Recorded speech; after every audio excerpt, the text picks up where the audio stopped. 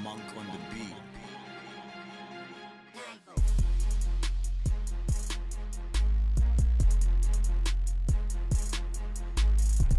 Another one, y'all. Another one. DBN Live is going down like a plane crash, y'all. Yes, indeedy. Yes, indeedy. Man, we got a good show for you guys today. One of them random shows I just throw out every once in a while. I got a special guest on the horn. Undefeated knockout artist. I'm going to go ahead and introduce him in a minute. But we're going to go ahead and chop it up. Your boy Anthony Joshua, he said he's ready. He said he's ready for Deontay Wilder. He said he'll fight him tomorrow for $50 million. That boy Canelo Alvarez, he said he ain't never fighting in Las Vegas again. We're going to talk about all of this, guys. We're going to talk about all of this. My special guest, he has an announcement to make, and we're going to go ahead and get it in, y'all. We're going to go ahead and get it in for sure.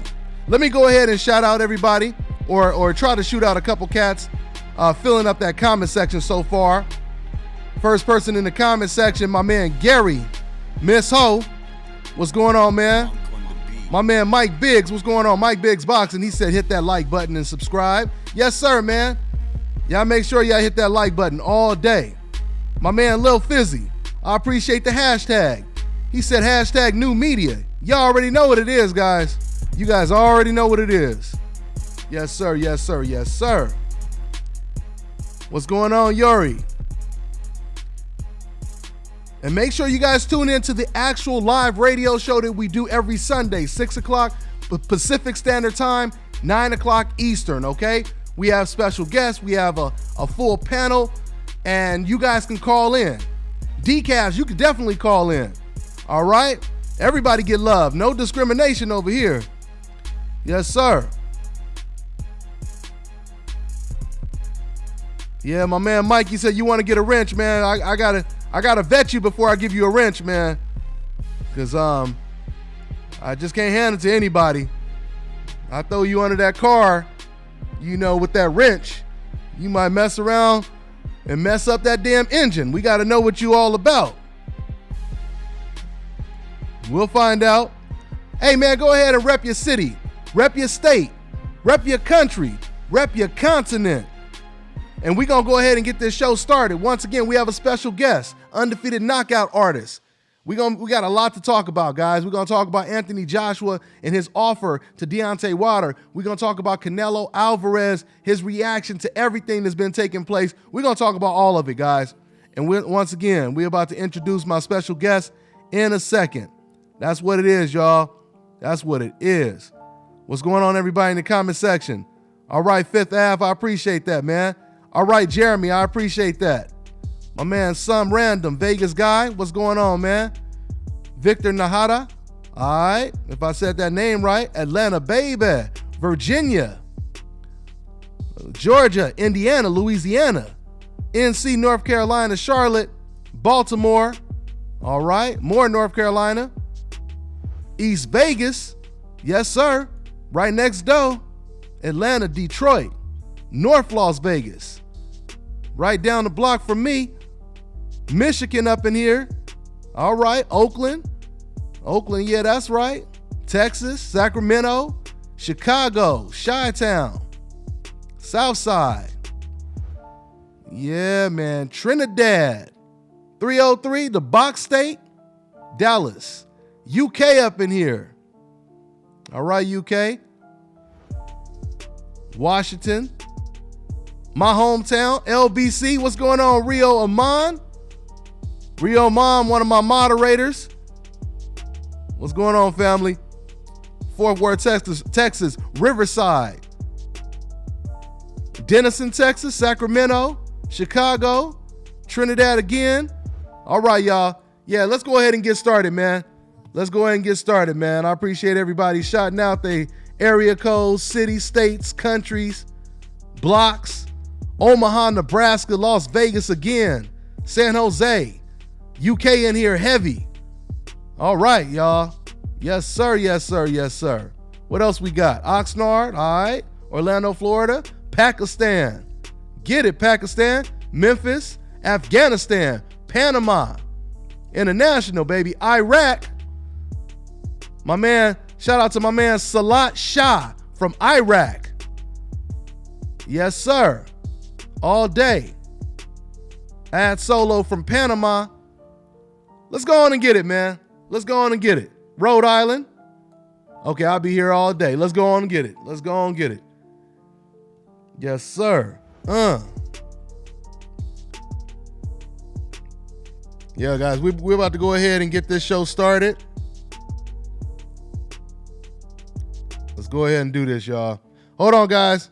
There's going to be a small pause, and then the show will actually start. All right? Let's do it.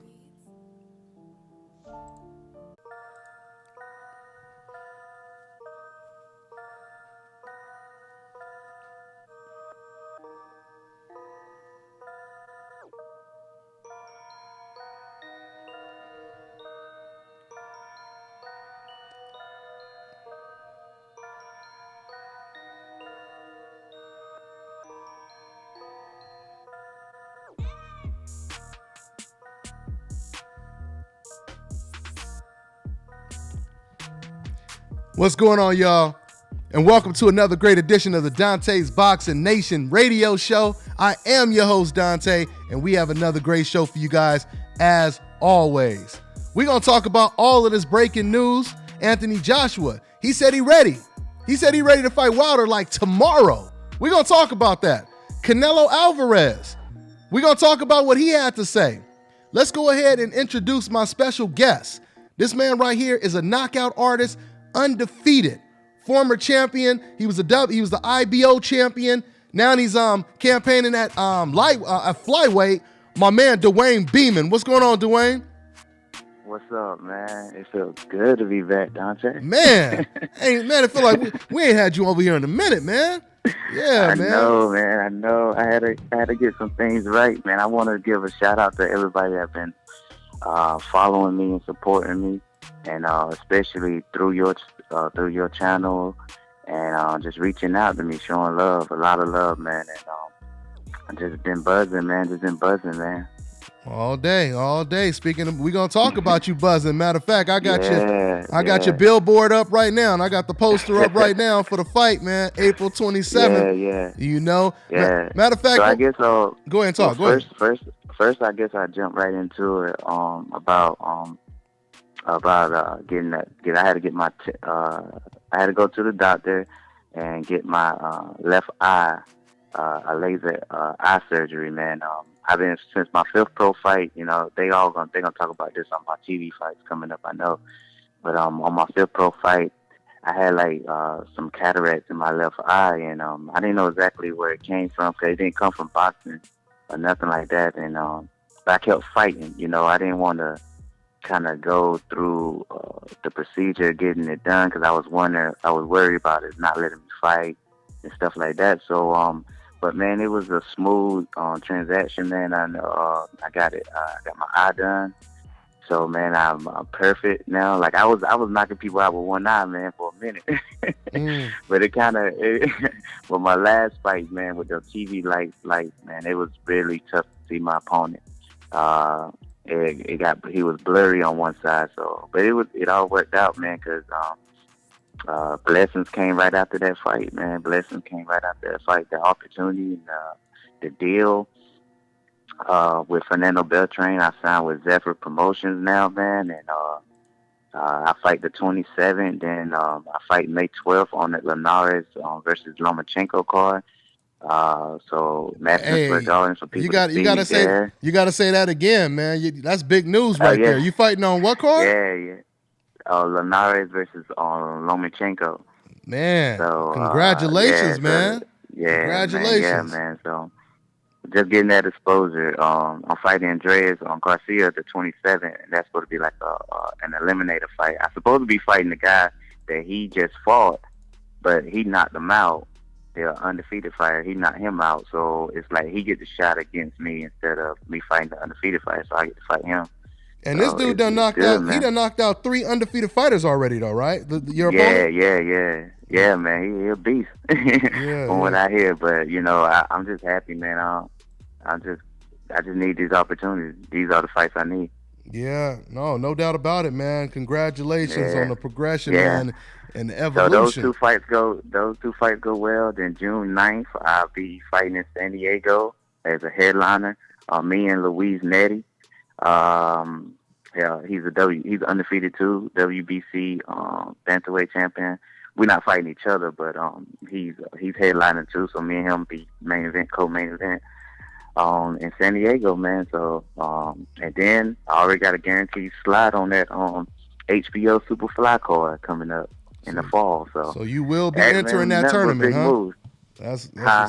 So you will be entering that tournament for sure now, huh? Yeah, man. Yeah, for sure. And that's what it is, man. I'm happy, man. It's been going great. Yeah, that's what it is, man. That's definitely what it is. Hey, you know what? And once again, you already know, Dewayne. You could fill in and keep talking about that as if you want. But we need to talk about the fact that you're actually training out there. You're training out there with your boy I've been Canelo. You've been in this camp, right? Yeah. We've been with all the blessings I've been having, man. I've been having the opportunity to go to different gyms and train with different with some of the stars, man. And my team, Jabba, one of my team members named Jabba, he got to spar with Canelo to help out, to get him a look as a Triple G look for Triple G for the Canelo Triple G fight. And so around that, man, I knew all along that fight wasn't gonna happen, man. But I didn't say nothing, man. I wanted to call you so bad and be like, dude, man, the fight ain't gonna happen. Yeah. And then I did call you. You told me, you told me. We just didn't. I called you one time. I called you one time. I said, look, man, that fight ain't gonna happen. I said, I can't say everything, you know what I'm saying, but the fight counts now, so I can kind of say what I want now. But I knew all along the fight wasn't gonna happen. I knew that it was just too much. Nevada was gonna get. They were gonna get a load of lawsuits, man, if they had allowed the fight to happen, because they had suspended so many other people for those tests, and they was like giving Canelo like extra leniency. So I already kind of knew that, dude, if they went along with the fight, they were gonna get sued a lot, like the commission, board, and everything. So you just hearing the guys talk about it, I knew it. And we ain't just talking about like my people, we talking about Canelo team talking about it and stuff, and I kind of knew. But when the fight was officially done, I'm gonna tell you how good a Canelo is. Canelo still helped out his sparring partners. He did. When the fight was canceled, he could have left, but no, he stayed for a couple more days because he knew that his sparring partners had fights. They had fights. They had fights still coming up, so he still helped them out. And that's just show you what style of person he is. He's really cool. But he did say, I'm gonna tell you this, and you don't put it in the title, but yeah, man, he basically said he won't fight in Vegas no more, dog. And this about cameras and all that stuff. He basically said, I'm not doing it. He said he not fight. You guys hearing it from Dewayne Beamon, undefeated flyweight, former champion. He was there. You actually heard Canelo say this while you was there. Yeah, he said to our team, he ain't gonna do it. He ain't gonna do it. He said he will fight in the fall, and he'll be in Texas or somewhere like that. But man, money changed people. But but that's how he feel right now. But that's how he feel. That's from the horse's mouth, and he was very adamant about it. He was very adamant. I heard you told me off air that he was pretty animated. He was pretty animated when he said it. He was pretty animated when he said it. So we'll leave it at that. But I don't think it's happening, man. I really don't. So you believe? I don't think he's coming to that. So Dewayne, you believe from him saying that he was basically implying that he was offended that Nevada State Athletic Commission, they suspended him and they put him through all of this. Is that what you think it really comes from him making that decision to never fight out in Las Vegas again? I think the whole Because at the end of the day, the truth is Nevada looked out for themselves before they looked out for anybody else, and that's what they supposed to do. I guess I don't know. You got to have so many mixed feelings about it. Like, what is it's like Nevada Commission was damn if we do, damn if we don't type of situation, you know. Mm-hmm. And I mean, and let's be real, he failed the Texas, man. He failed the Texas. No doubt about that. I didn't never. Yeah, I mean, we didn't. Ain't no we won't disputing gonna that answer. Yeah. You know, Doctor, we won't gonna answer him. Like, you know, we're just honored to be in his presence, and like my team honored to be in his presence. But nobody was gonna ask him why you failed the test. You know what I mean? Yeah, well, you don't have to though. I mean, you don't have to. You know, I didn't. Yeah. I done heard stories where you know, cats they met Canelo and they was like, you know, so and so, yeah, my boy told me he know you and blah blah blah this and blah blah that. And he said, Canelo's like, no, I don't know what you're talking about. I don't know him. I don't know him. And then my boy, the one who was telling me this story, he was like, then later on, once he found out that dude was cool, then he was like, okay, yeah, because I didn't know who you were. So I wasn't about to tell you, I know this dude and I know that dude. So my point is clearly he ain't about to say, oh yeah, well, you know, Dewayne, yeah, between you and me, you know, it wasn't no damn meat. Come on, you think I'm, you know, he ain't gonna say nothing like that, you know. He ain't gonna even tell his mama. I don't even think he gonna tell his mama nothing like that, you know. So and shout out to what's his name, Lotless Self-Made. He said Canelo said the same thing about WBC, and he did. In the same conversation, he said the same thing. He won't fight for WBC either. So in the same conversation, I ain't the only one that had that hurt. I guess I ain't the only one that heard it because somebody just put that in the comments, and he did say that too. He said the same thing. And I don't, and that surprises me because, you know, the WBC has been so supportive of him. You know, basically saying, no, he's not. He's clean. You know. Yeah, they've been defending the hell out of him. Yeah, man. Mauricio Sullivan, he been defending the hell out of him. You know, matter of fact, he just recently said, you know, what'd he say?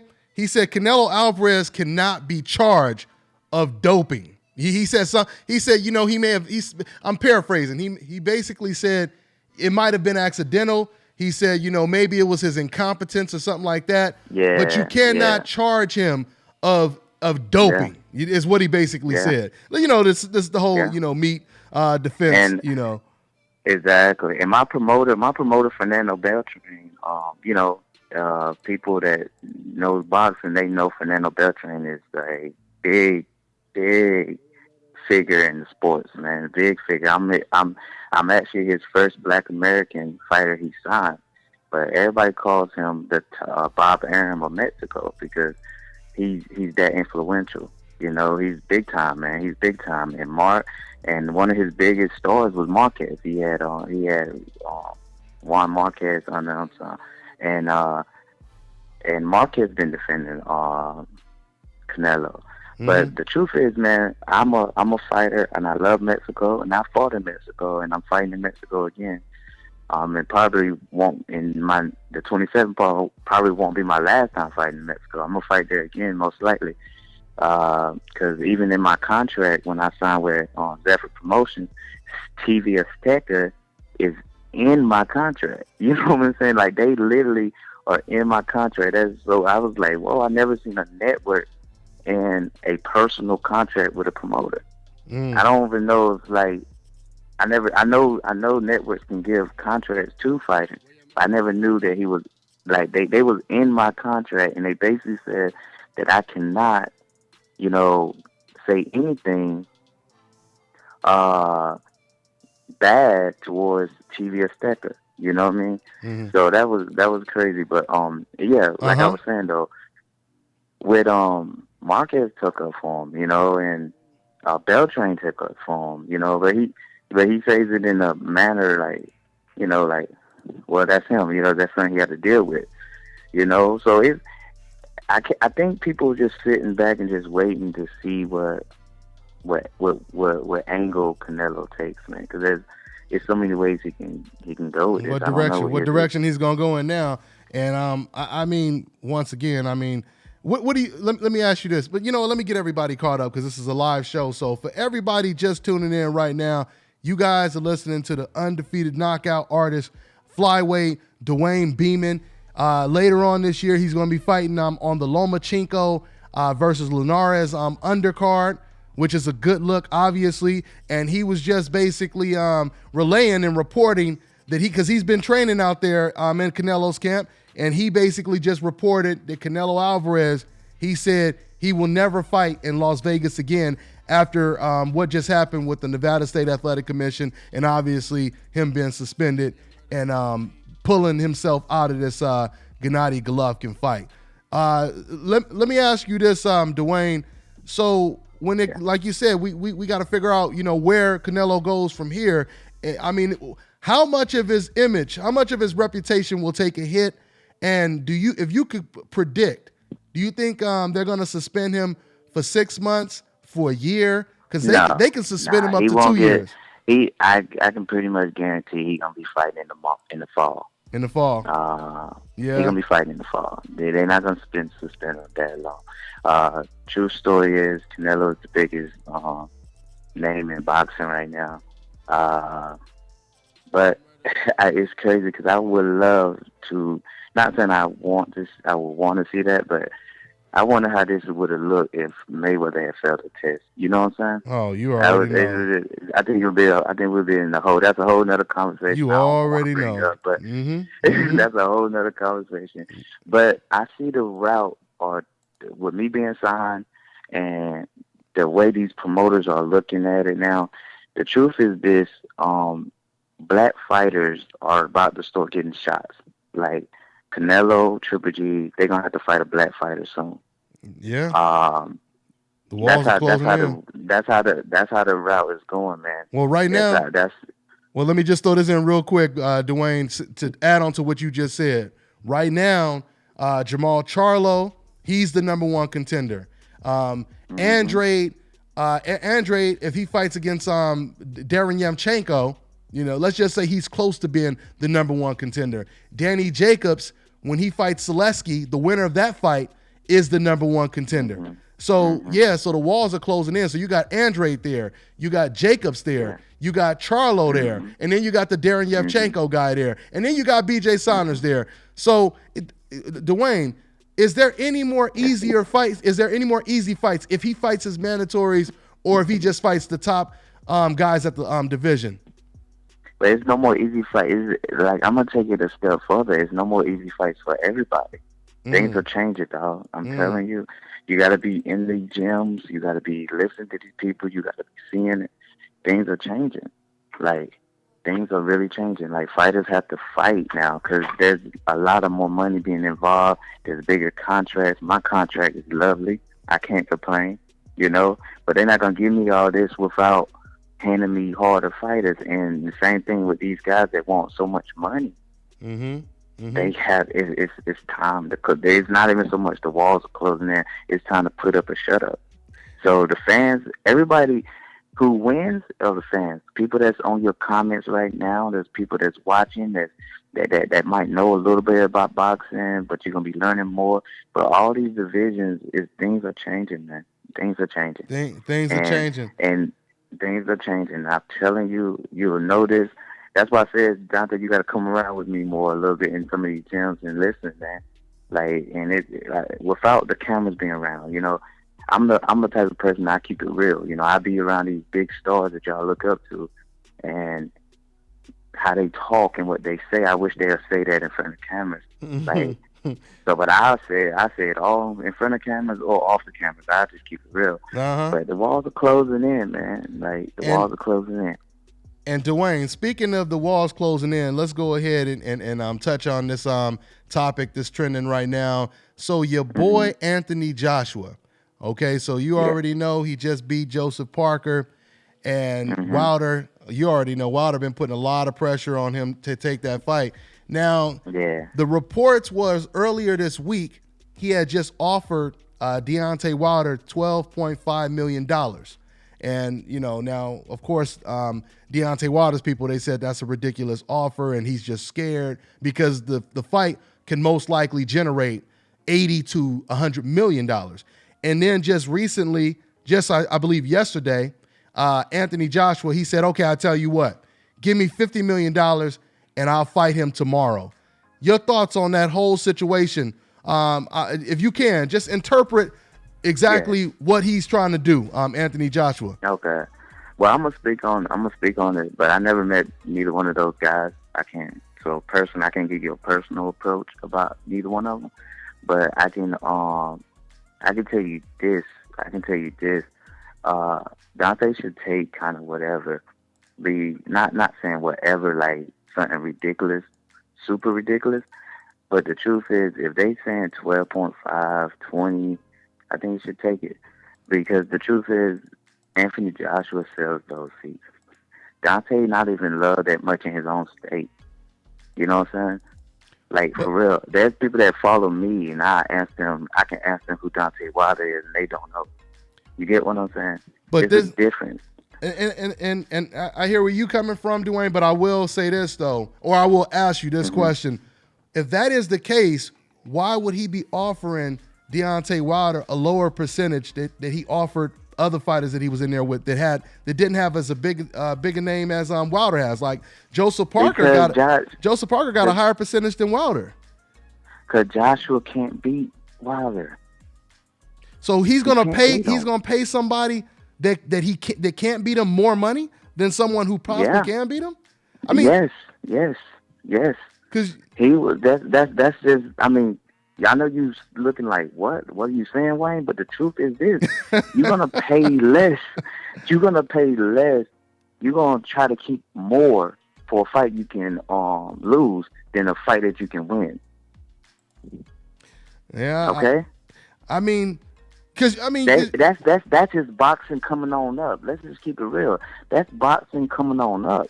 When we start off at a lower level, our managers, like I manage myself, so I can't speak on that. But managers and promoters, they have to pay. The opponent always made more money than their fighter. That's how it is. Well, they have to offer them more. They have to give them more just to get wins. But it's the same thing when you get to a higher level. When you get to a higher level, like Joshua ain't looking like Joshua deep down knows that he thinks Wilder gonna beat him. I think Wilder gonna beat him. A lot of people think Wilder gonna beat him. Yeah, a lot of people. Like this is facts, man. You're gonna try to keep more of the money for a fight you're gonna lose.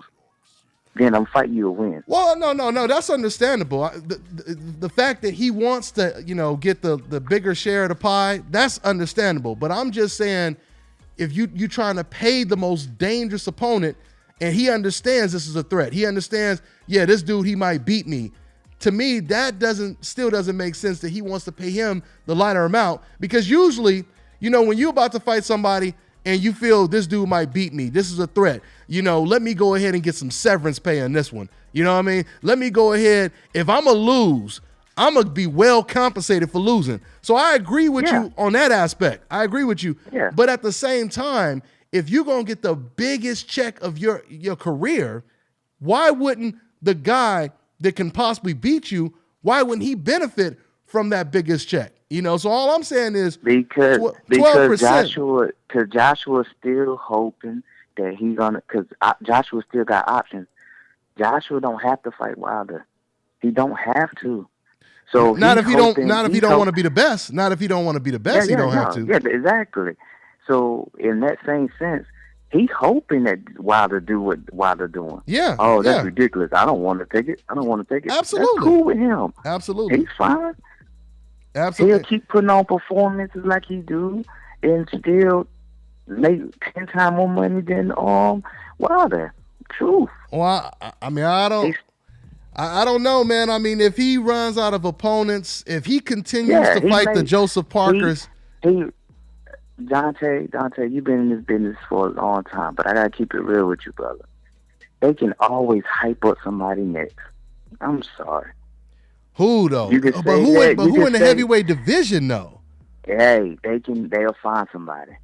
But Wilder is the heavyweight champion. Wilder's the heavyweight champion though. When I seen Ross Soka at a mall in my area. And the next thing you know, the next week, like the next 2 weeks, I see him on TV fighting Danny Garcia. Anything possible. Well, no, but Dewayne, but we're not talking about just being an opponent. You know what I'm saying? We talking about, getting that type of Wilder reception. And I'm saying I don't see anyone now. Somebody like maybe a Tyson Fury. What you mean by Wilder? What you mean by Wilder perception? What I'm saying is Wilder. If you look at the numbers, I mean, his last fight, over 1 million people tuned in to watch his fight. Not too many heavyweights. Not too many heavyweights, especially over here in the States, got a million people. Had that turned into his money yet? Had that turned into them views? Had that turned? He getting paid good. He's not making. I know, but he's not making what Joshua made. No, he's not making what Joshua making. But what I'm saying is, we're not comparing him to Joshua right now. We comparing him to other heavyweights. Like you said, can someone fill Wilder's shoes? You know what I'm saying? And can they replace him as an alternative for Anthony Joshua, to where Joshua could say, you know what, I don't need Wilder. Like you just said, Dewayne, I'll create some other, rival and make him a big opponent. I mean, there's nobody as big. There's only one fighter I could think of that would definitely do good numbers, and that would be him against Tyson Fury. But you got to remember, Wilder did those numbers against Ortiz because it was Ortiz. Yeah. Like, let's not, even though people have HBO hyped up Ortiz at one point. You get what I'm saying? And there's nobody, people can say what they want to say, they think HBO dying or whatever. No, people follow HBO. HBO been around forever. HBO boxing been around forever. So the fact is, anybody they put out there, they reap the benefits. No matter if they don't fight on HBO or not, they reap the benefits. Luis Ortiz was getting promoted on HBO. That's why the numbers were so significant against Wilder. But that's always the case, though, Dewayne. That's always the case. The better the opponent is, the better the numbers will be. Why exactly? So Wilder ain't gonna have. Wilder only option is Joshua. He keep taking these other fighters, and they are good heavyweights, man. I know we trying to just put those two on the pedestal, but let's be real. Ortiz almost knocked out Wilder. He almost knocked out Wilder, and the truth is, I still don't understand that whole little time frame where they was giving Wilder extra time. That made no sense to me. I didn't get it. But the truth is, Joshua they can hype somebody else up. But I mean, the same thing could be, man. But the same thing could be said about Anthony Joshua. We could say Dillian White almost knocked him out. We could say Vladimir almost knocked him out. We could say Carlos Takam. We don't even. Carlos Takam was doing good. I mean, but the bottom line. So everybody, like them boys, the reason why the fight would be so good because they both had showed so many vulnerabilities. Yeah, vulnerability. Yeah, and people love that. And that's why. And that's why I don't understand why Anthony Joshua is treating this man like he's Mike Tyson, Sugar Ray Robinson, Muhammad Ali, all wrapped up on steroids right now. Because that's the way he's talking when he talks about why this guy is what I don't understand. Like how you even said, Dewayne, you said, Wilder, he's not a big name, not compared to Joshua. Joshua's bigger, but at the same time, Wilder, Anthony Joshua, he jumped in the ring with Charles Murray quick. Charles Murray didn't have a vulnerable performance before they jumped in the ring. Charles Murray was looking good before that, and he took that fight. He took all these other fights. He took the Brazil fight. Why is it Wilder in particular? Why does he need all of this money for Wilder in particular? Especially like you just said, he just got hurt in the Ortiz fight. I'm gonna tell you this. Shout out to whoever's been saying Dewayne dropping jewels on comment section. Thank you. I'm gonna drop another jewel. What did they say? Oh, you said you're dropping jewels. They said Dewayne been dropping jewels. The UK. The UK. They about to love you. You about to get 10,000 followers on Instagram from the UK. No. But well, they ain't gonna like my next statement there. Cause here's a jewel right here. Every boxer know themselves. Just like me. I can talk about me for a quick second. I knew it was time to go ahead and get my eye done because of that last fight. I was vulnerable in that fight. I knew it. Like, oh shoot, I can't hardly see this dude. I need to. I hope I got to win this fight. But after this fight, my sole concern is getting my eye done. You know what I mean? Uh-huh. Every fighter know themselves, and if they feel anything, any chink in their armor, they're gonna take the right steps to get it done. Joshua know he has chinks in his armor. He got chinks in his armor. He don't want to fight Wilder.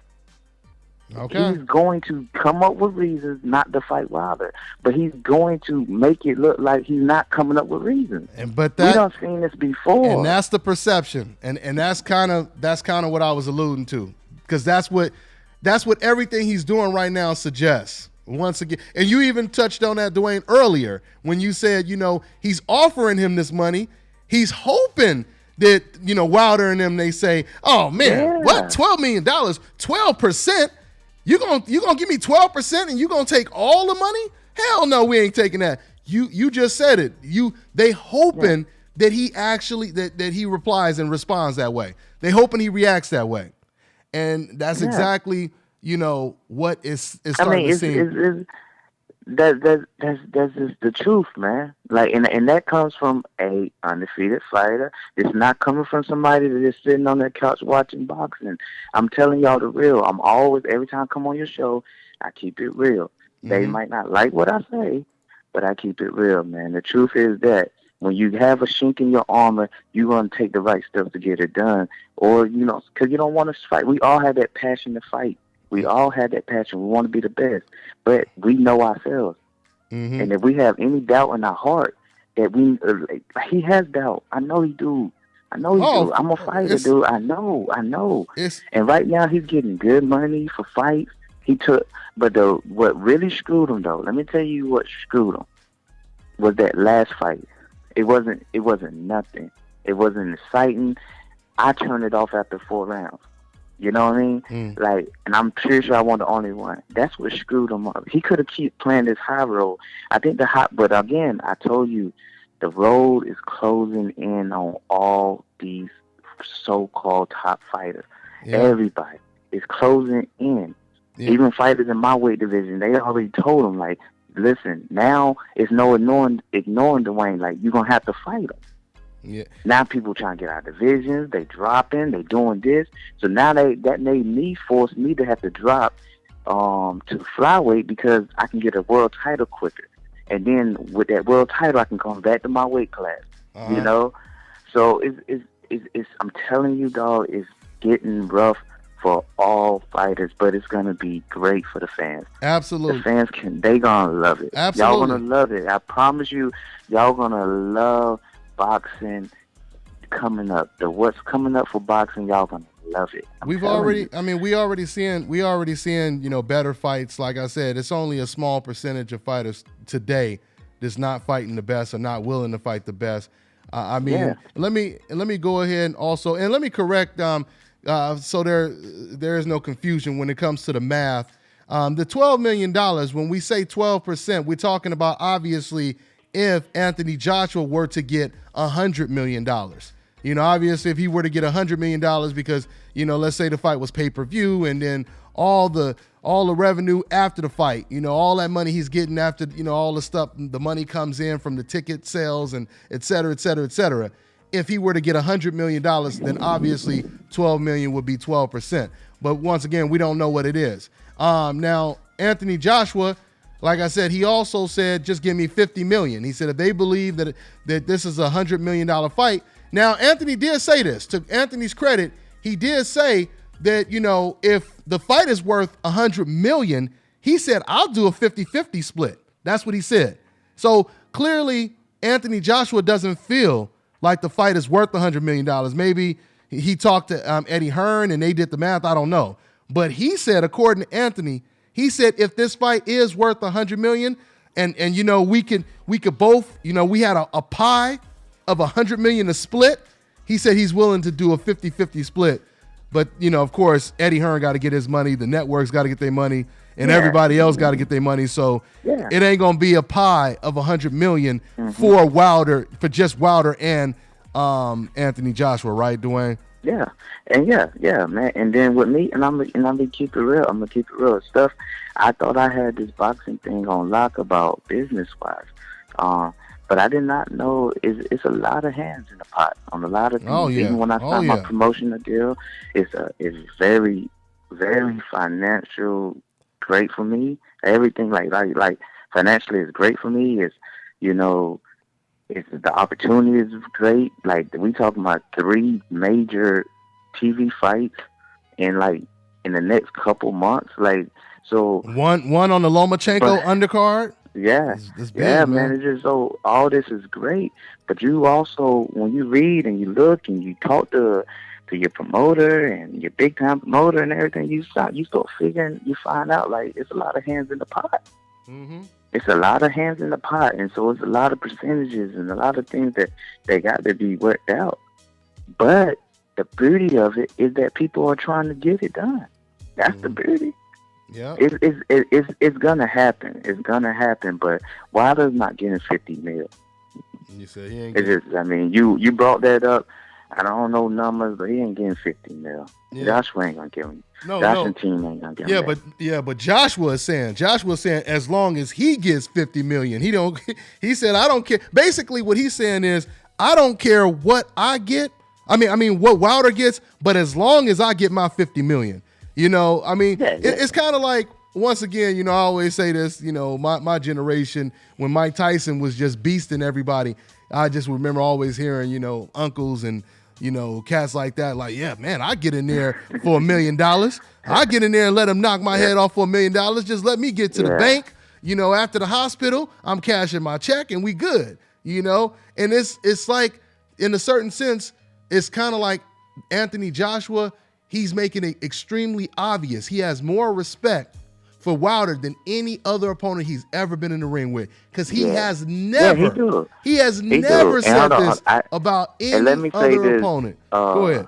And let me say this: somebody just said, Dwayne, I be agreeing with you, but I didn't agree with you about the Wilder accepting. The reason I say Wilder should accept less than what he wants to take, because Wilder need to bring it to the USA. Right now, he can't get that fight in the USA. And if he wins and do his thing, which I know he would, I think Wilder will win the fight. And I'm really just going off of Joshua's last fight, because I was hinting more to Joshua before the Wilder and Ortiz fight. Because I'm be real with you, Wilder was losing that fight in my eyes.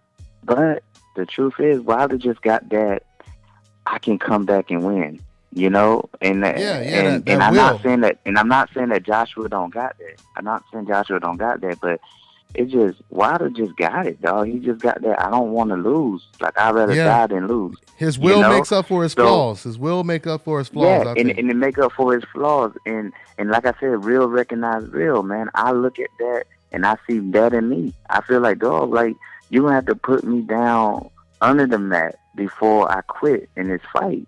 And I just see that, but so he got to take less just to get the fight in the USA. Because if he get the fight in the USA, then he'll make bootloads of money.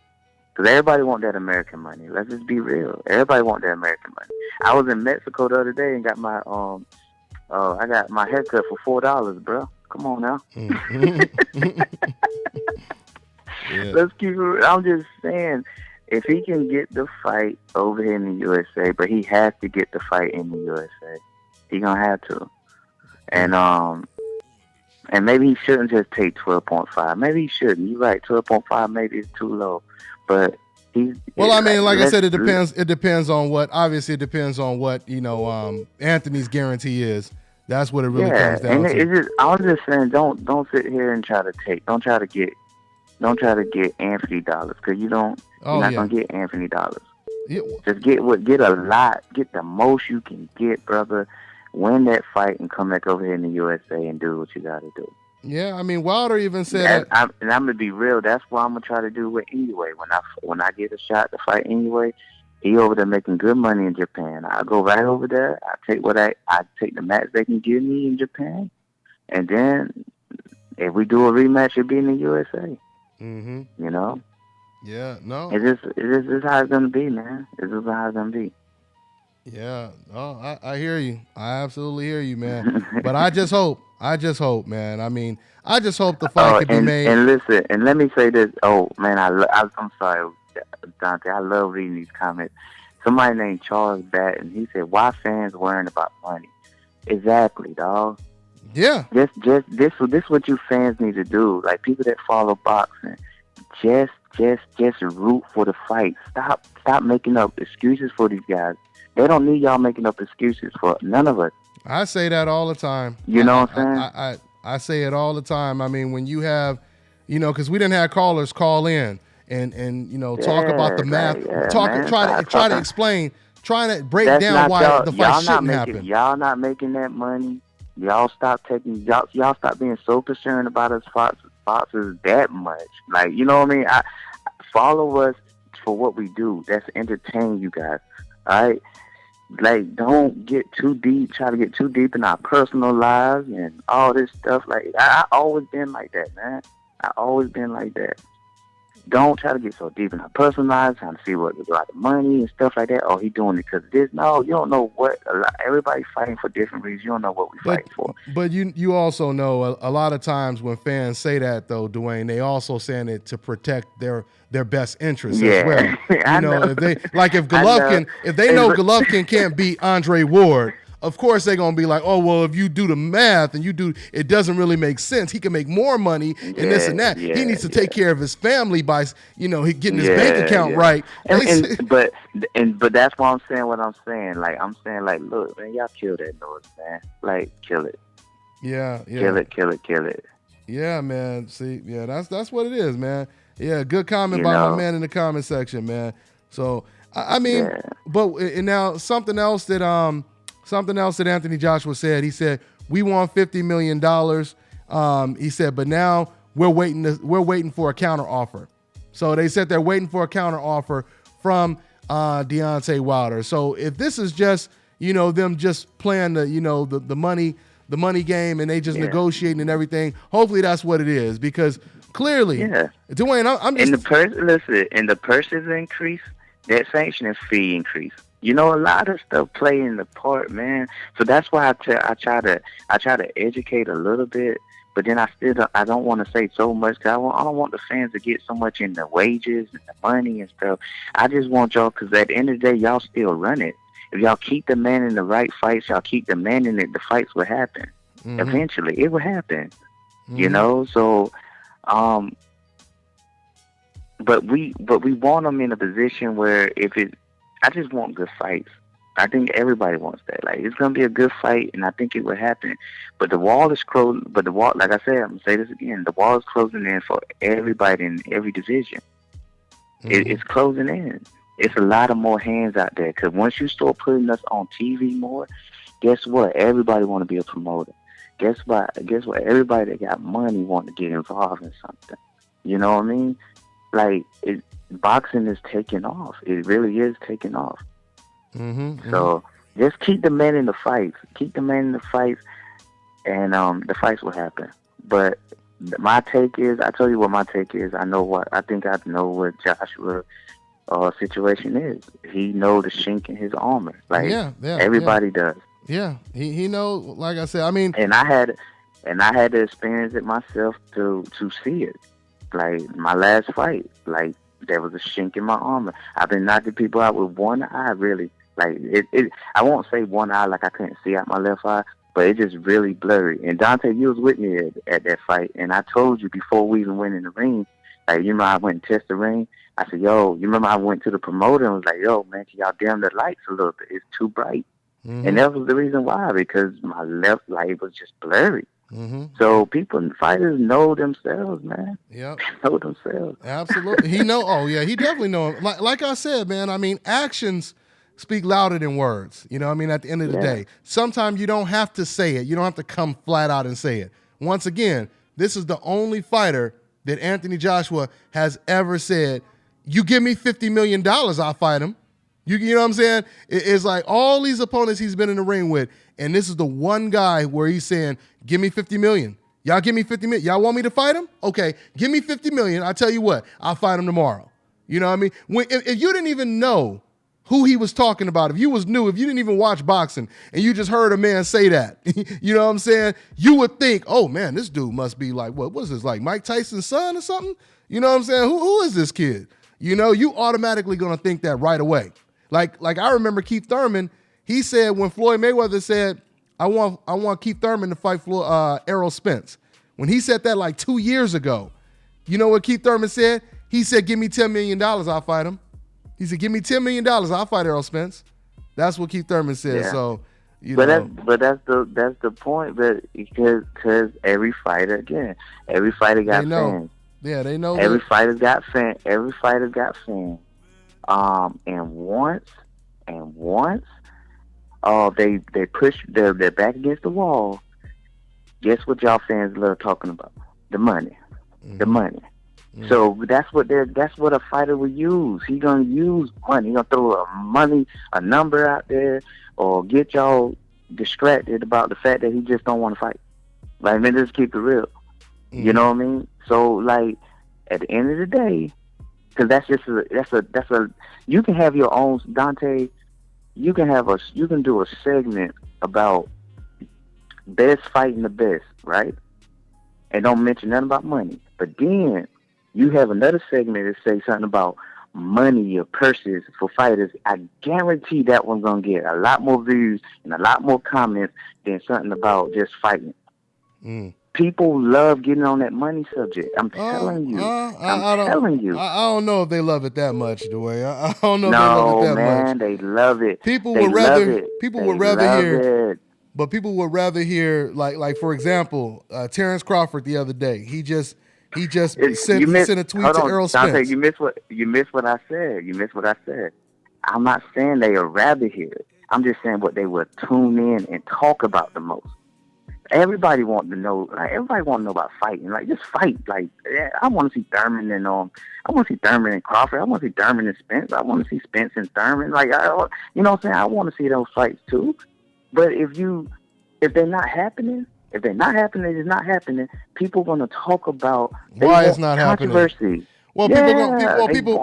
Well, people always gonna. I mean, any type of debate, you know, people always gonna jump in and they're gonna start talking about it. It could be about if Andre Ward does he really need to go up to 175, you know, and fight Kovalev, you know, why he shouldn't, you know, why Golovkin don't have to fight him, why Charlo don't deserve a fight, you know, with Golovkin or whatever. I mean, whenever, you know, it's not just about money. It's always a hot topic when it's like, you know, them trying to figure out why two fighters are not going to fight. Money just happens to be just one of the layers. But I agree with you. Money is just one of them. But yeah, people will start talking. Money for sure. Is the most popping one, dog. Like, it used to be weight. It used to be weight, but now it's not weight no more. You know what I'm saying? It's not weight no more. It depends, man. It depends. I mean, because I'm telling you. If we start talking about Lomachenko, going up to fight Terrence Crawford right now, and that was the topic, that was the title of this video, you best believe everybody is going to be going ham. Emotions is going to be pouring out. And everybody, you're going to be having some fans. They're going to be pissed off. How dare you say he has to fight that big guy? You know how much he weighs and this and all this. And then there's going to be people like, well, you know, Rigo moved up 2 weight classes. You know what I mean? And it's just going to go, it's going to go back and forth. You're right, but that's a particular situation because we already made them guys money will come up though in that. I guarantee it. But I'm just saying, you're right. That's a particular. You pointed out a particular case though, because Lomachenko. Lomachenko title right now. The controversy behind Lomachenko is always weight. Like, how big can he go? How small should he fight? What kind of smaller fighters should he fight? What he should do? So that's different with Lomachenko. It's different. I'm just saying it's a lot of politics. You know, like in the political world. You know what I mean? Yeah. When it comes to politics, they debating about 1,000 different things. You know what I mean? Why, you know, we should have free health insurance, or why, you know, should we go to war? Should we not go to war? I mean, and I'm just saying it's the same thing in boxing. You know, this is why, you know, this is the reason why, you know, we have these shows and they so, entertaining because there's so many things to talk about, and we never agree on everything. You know what I'm saying? Or we never really agree on any topic. You know what I'm saying? You don't agree. You don't agree. But we know a lot of times though, we know what's right and what's wrong. And some people just don't agree. And we know one thing that I love about what you have done is that you have put out there that, listen, man, they're gonna put a narrative on things. And I think now people are really recognizing that, and that's what I love about what you're doing. Because you brought that to the light. Everybody puts the narrative on anything. They put a narrative on something, like because they want you to see it that way. And we honestly used to fall into it. HBO, I love them. I mean, I ain't gonna say nothing bad about HBO because they gonna have me on their card on HBO in the fall. But the truth is, they the biggest. Man, they push a narrative out there, and people believe it. Of course. Lomachenko, number one pound for pound, and we believe it. You get enough people. Obviously, you get enough people to say the same thing. And if somebody ain't thinking on their own, of course, people gonna fall for the bait. I mean, it becomes contagious at some point. But I just want to say, there's a difference from everyone having their opinion and someone speaking facts. Something that logically adds up and makes all the sense in the world. So I just want to make that clear, because when I say people don't agree on any topic or any subject, that's because a lot of them, they have like a hidden ulterior motive. That's really what that is. You can't, if they're basing things off of emotion. You can't be biased. You can't be biased. Yeah. You can't be biased at all. Like, I've been around Abel Sanchez, and he's very cool. He's very cool. I really like Abel, and I appreciate him even having me at Big Bear for work and everything. But when I see him say certain stuff, I'll be like, come on now, Abel. Oh, yeah. You know what I'm saying? Oh, yeah. Like the same, you know what I mean? Love for Canelo he recently said, black fighters, the perception is they don't have an entertaining style, and that's why no one watches them. And that's what he said. And listen, you know what? But let me tell you this though, Dante, he truly believed that.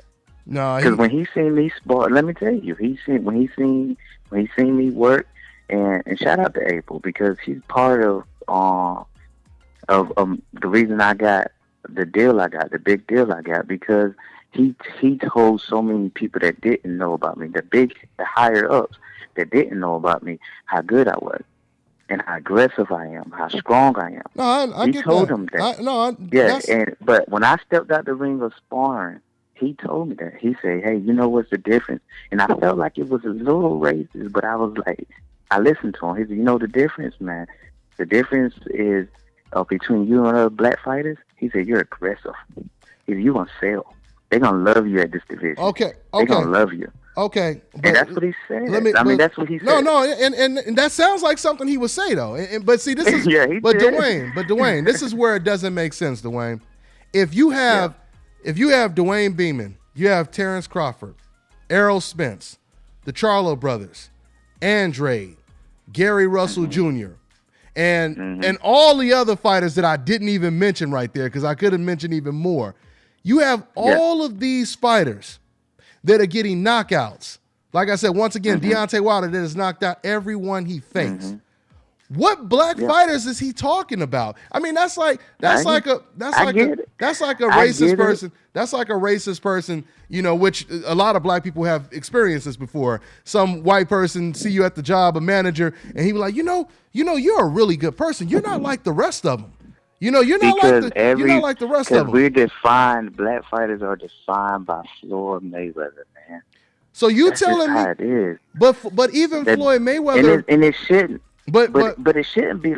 Yeah, I know, but they saying because they pushed that narrative on Floyd. But Dewayne, Floyd was a beast. That's man. my point. Floyd was a beast. And he's stronger.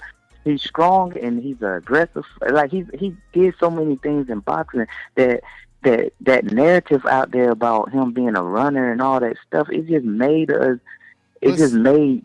But see, just ideal black. And why do you think? Like that. And Dewayne, why do you think they would say this about Floyd Mayweather when they actually decided they chose to spend more of their money watching Floyd than the fighters that they claim are more exciting? They're more, like I said, Floyd Mayweather's lowest numbers against Berto, he did 3 times the amount of numbers that Golovkin did against Lemieux. So that's what I'm saying. So even when they say he's boring, you know what, Dewayne? This is another thing. And once again, we educating them right now. That's all we doing. But let me just say this. Hold on, let me say one more thing. Let me say one more thing. Do you know, Dewayne, that if you go on YouTube right now and you search Floyd Mayweather highlights, do you know Floyd Mayweather has more views than almost every single quote-unquote action-packed fighter that they say people really want to watch? He do. So the accusations don't even the accusations don't even fit. It's not even adding up. And I that's what I'm saying. I totally agree. I was just saying that Abel really believes this nonsense. He believes that. It's nonsense. It's complete nonsense, dog. Yeah, there are, like, you see Jarrett Hurd just fought. Like, come on, man. We go for knockout the black fighters. Black fighters are exciting. But when They're exciting to watch. But when you say you base, he made that statement. He made that statement because he's talking about. I don't know what he's talking about. Thank you. Like, please don't, because I don't know what he's talking about. I don't know what he's talking about. Because I didn't like it when I told you, like I said, I didn't like it when he said it to me. I was thinking about it like, okay, whatever. You know what I mean? You still my dude. But I don't agree with what you're talking about. But once again, trying to suggest that he must have based this all on Floyd Mayweather. If you say that right there is inexcusable, and realistically, it's the most racist thing you could say, because you're basically saying you're basing the entire race,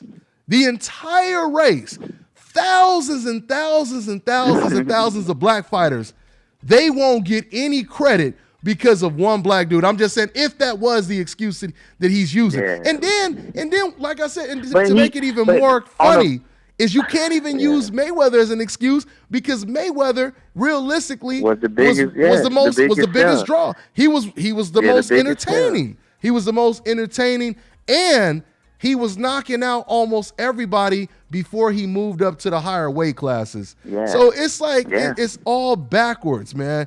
It's all backwards. And that's what I'm saying.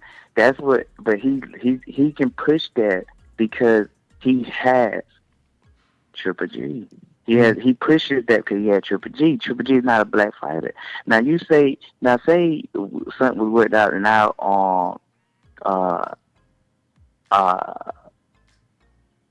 I fought for him or something. He won't say that. You know what I mean? Because he's talking about different. They push the narrative for what they got, and he just basically pushed that narrative to keep Triple G from fighting certain black fighters. Yeah, but once again, when it comes, let's just get deeper into it. When it comes to, and I ain't even talking about Abel. I'm talking about racism in general right now. But when people are racist, they have to find a comfortable excuse for why they're racist, because they can't just come out and say, I don't like black people because I'm a racist, because then that makes them look like the bad guy. Then they have to look in the mirror and they got to deal with the guilt. But the only way to alleviate the guilt is to say, oh, well, I don't like them because, they're criminals. They're poor. They're this and they're that. And they won't just say, I don't like them. They'll just say, oh, those black people, they're this or that. Or, oh, those Mexicans people, or whatever, the target is. You'll say something like that. That's to justify and alleviate the guilt. That's what it is. Yeah. You feel guilt-free if you have an excuse. It's the same thing with saying Floyd Mayweather. Even if Floyd is standing right in front of you, you know what I'm saying? Oh, he's running. Oh, but let's watch the footage. Look, he's standing right there. Yeah. Oh, I don't care. I don't care. That's running. You know what I'm saying? Yeah. Because then they have to admit, I have no reason to Yeah. not like this guy. Wait a minute. Yeah. It's me. It's not Floyd Mayweather. It's me. And that's why. But see, and to all the fans that do buy into that, I want y'all to say this. Like, this is what I do. Because I'll be honest, there are fighters that I don't really like to watch. You know what I'm saying? But I always say this. If you sitting there defending your fighter and talking about this fighter and that fighter, imagine that fighter is your favorite fighter. How will you take up for him? Mm-hmm. Because and I promise you, your whole outlook on that opponent, on that guy, will change. Because there's people, I'm telling you, there's people in your comments already saying Charlo, whatever, blah blah blah. But if Charlo was your favorite fighter, how would you take up for Charlo? And look at the points you will make about Charlo, or look at the points you will make about Canelo, or Triple G, your favorite fighter. Look at the points that you're making about your favorite fighter, Thurman, whoever your favorite fighter, whoever your favorite fighter is, and then not think about that fight and how you take up for him, and then you'll see that it's just a big circle, man. Yeah, it's just a big circle, and it all can be fixed in that square circle. Like if you fight if they all fight, then ain't no excuses. Of course. But I done seen it where people make up excuses after a guy, after you know how a fight went. You know what I'm saying? I done seen that way. Mm-hmm. Like it's a bunch of ways you can. It's a bunch of ways. It's just how you look at it. It's just how you look at it. And you notice, when we flip roles, you never hear. People, you certainly, let's just be realistic, you certainly never hear, black people say a certain fighter, blame the entire race on 2 or 3 or even 10, because realistically, I can name 10 fighters that aren't black that don't have a pleasing style.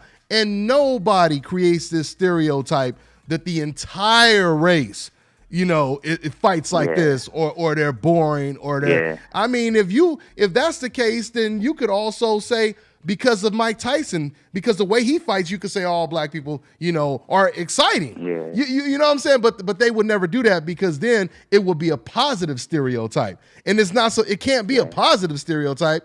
It has to be something affiliated with something negative. That's or associated with something negative, and that's really what it comes down to. I mean, Miguel Vasquez, just for example, Miguel Vasquez was not an entertaining fighter. He wasn't an exciting fighter. You know what I mean? Mm-hmm. But once again, no one would ever think to say the entire race is boring because because of Miguel Vasquez. You know what I mean? So yeah, it doesn't add up. But like I said, that's how people alleviate their guilt at the end of the day, man. But hey, but I want to let me go ahead real quick and shout out for everybody tuning in. You listening to my man, undefeated knockout prospect, former IBO flyweight champion, my man Dewayne Beamon, who he's going to be fighting on the Lomachenko-Linares undercard later on this year, and he has a fight coming up April 27th. I'm gonna put the banner up again so you guys can check it out. But let me go ahead and introduce. I want to introduce some of my DBN lieutenants in the tank, man, showing that love and donating to the movement. I appreciate it. Shout out to my man Andre. What's that? What's your last name? Dakoto? What is that? Okay, Dakota or Dakota, something like that. But he said it does not matter to Hearns if continue to fill those stadiums. The UK don't care about Wilder. Only USA media outlets and the American fans. And then we shout out to one of my lieutenants, my man Rio Amon. What's going on, Rio? He said, and one of my moderators, he said, DB, he said, what are your benefits and drawbacks of weight training as a fighter? Do you weight train? What are your recommendations for building lean muscle? That's something definitely me and Dewayne could talk about. Me personally, I would just say benefits, and I'm going to let Dewayne talk about that as well. But I would say the main benefits is improving your power and your explosiveness, and it'll also improve your muscle endurance. But if you get too much muscle, I want Dewayne to kind of talk about that. But before you answer that, Dewayne, let me shout out a couple more lieutenants in the super chat section that's donating. My man, one of the lieutenants, Christopher Smith. Shout out to Christopher Smith. He said we acting like Frizza don't save us from what's that? What is that? Frizza don't save us from Arazu or whatever that is right there. Okay, that's somebody from the UK right there. Arajor or whatever that is.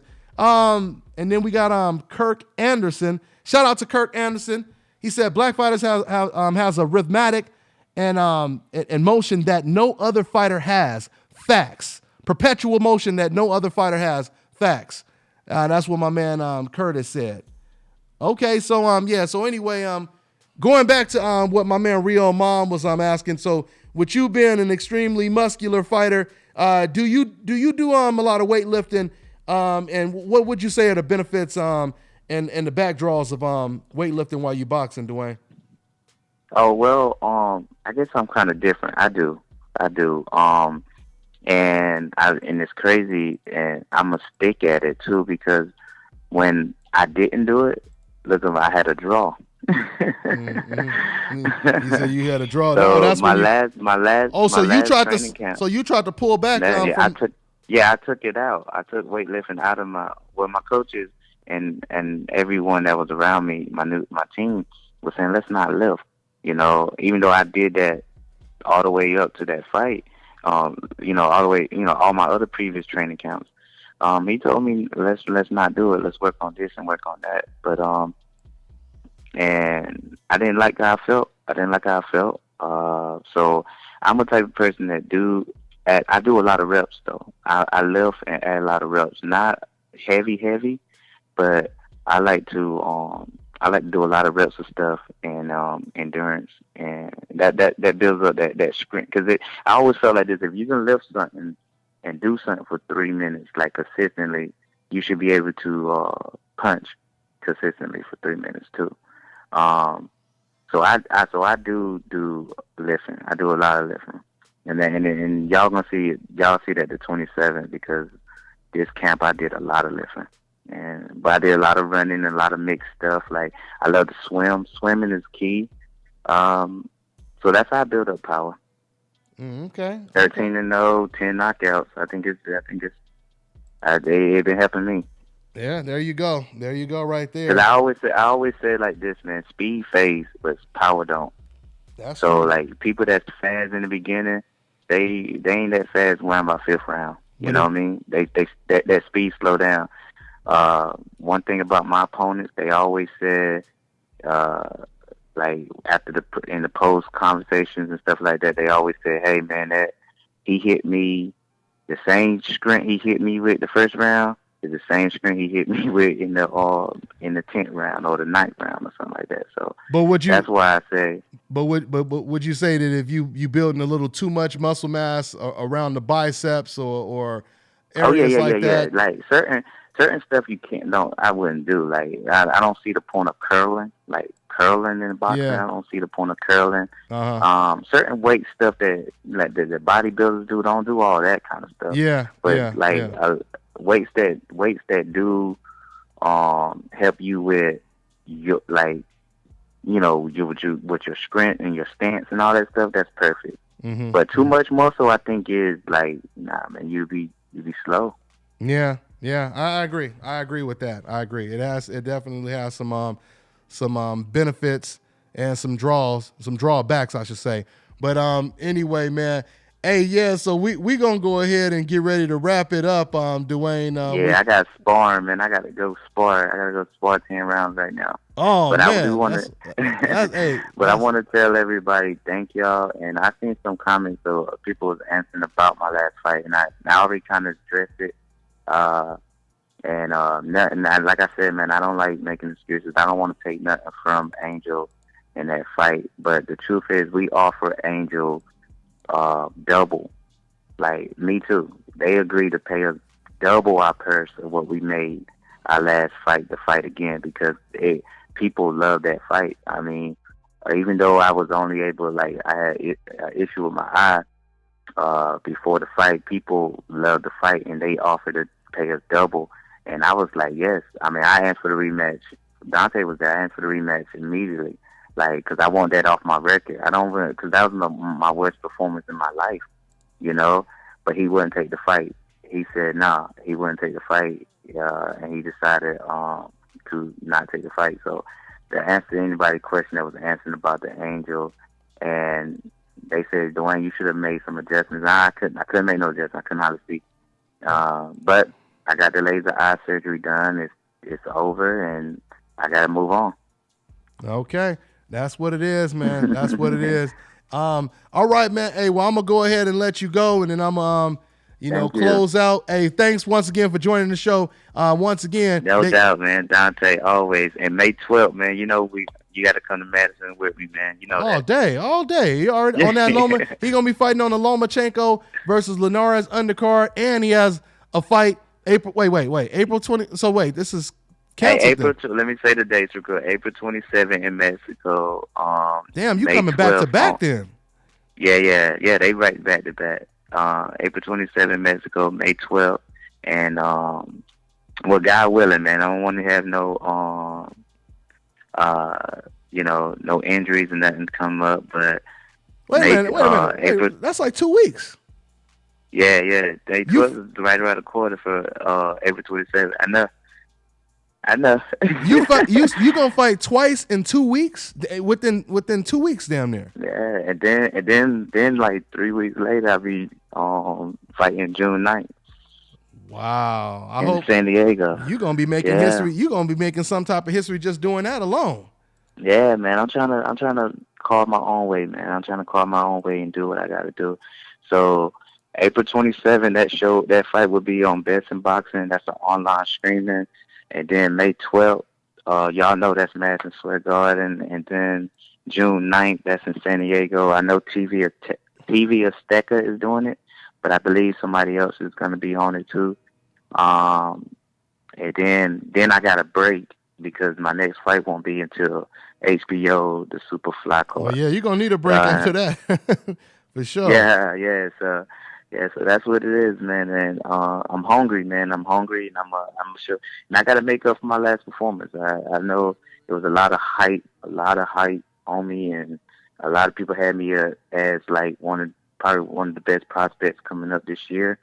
The showcase, and I was upset with what I did with my performance. But I took the right steps. Like I said, like what we talked about with Anthony Joshua, I did the right things to for that won't never happen again. And I plan on just dominating the rest of this year. That's what it is. Thank y'all. That's what it is, man. Well, hey, once again, man, I'll catch up with you, man, and thanks for all the news and breaking the news with Canelo and what he had to say, man. So, hey, let everybody know where they can follow you and everything, man. Oh, yeah, man. Y'all go follow me at Dane_Beamon. That's BANE _Beamon on Instagram, or just go to my Facebook. I have a lot of content on Facebook, a lot of stuff on YouTube, and I do have a new shoe. I have a new boxing shoe out.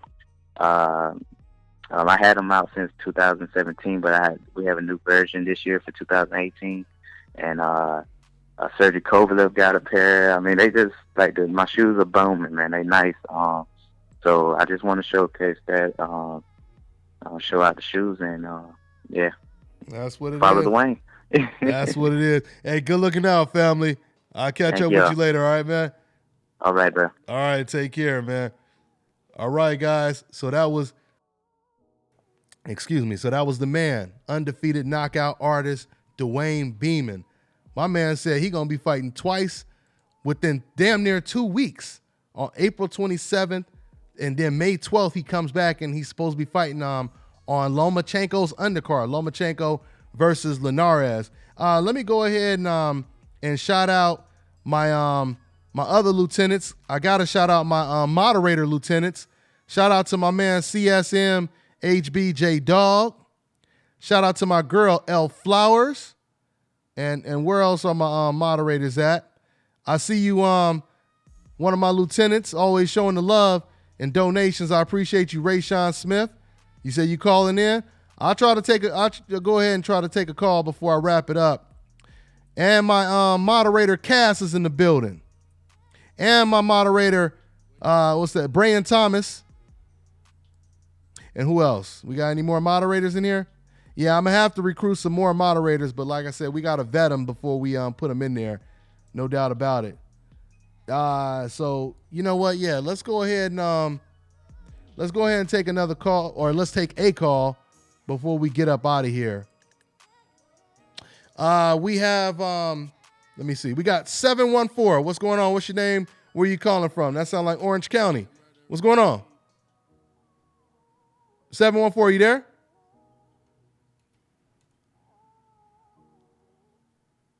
Okay. Dude is on the line right now, but I'm not hearing anything.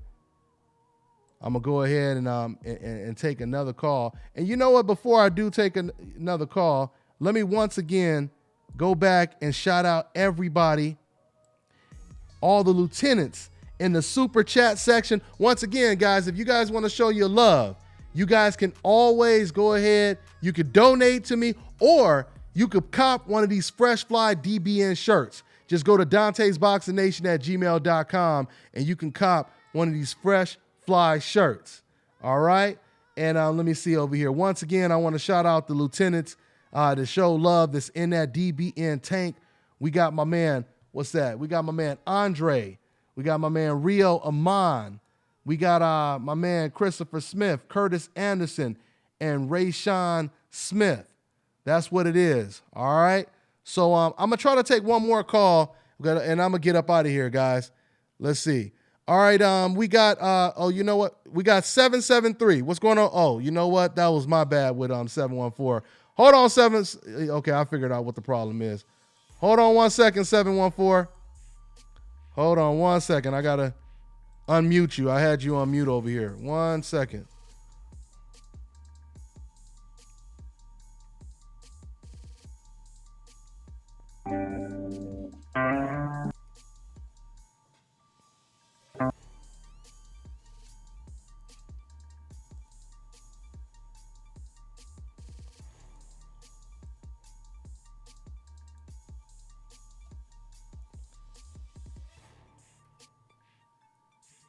Okay, let me try this again. Let me go back to the first call I took. Okay, we got 714. Like I said, it sounds like Orange County. What's going on, 714? Are you there? Hold on. We having some phone issues over here. Hold on. I still have you on mute. 714, are you there? Because I don't want to hang up on nobody. But I think it's a problem on my. Let me see. Let me try to take another call real quick. All right, we got 773. What's going on? What's your name? Where you calling from? Hey, what's up, Dante? This is New Money, man, calling from Chicago, Illinois. What's going on, New Money? What's on your mind, family? Everything good, man. Hey, I just want to definitely send a shout out to you and the LDDC for doing a fantastic job, man, of making everybody aware of what's going on with Deontay Wilder, promoting him and getting his name out there. Y'all really have done a great job. I see a lot of success.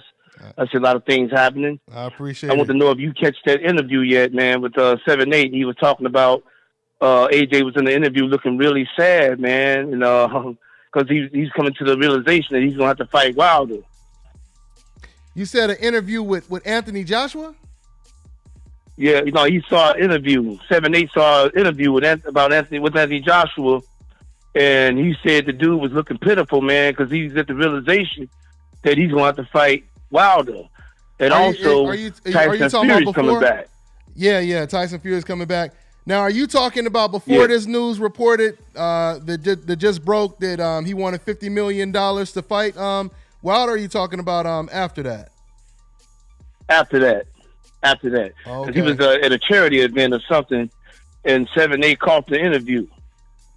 Okay. And then Wilder, Joshua, AJ got to talking about, they asked AJ questions about Wilder, about the fight. And so AJ gets to going on, and he's going on and on about the fight, and he's sounding very remorseful. He's looking down.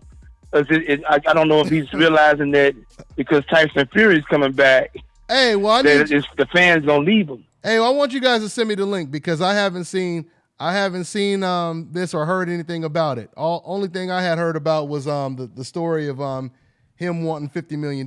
But you guys put the link in the description box, and I'll check that out and watch it. But even though I haven't seen that, I mean, I'll just say it this like what we've been talking about this whole hour plus.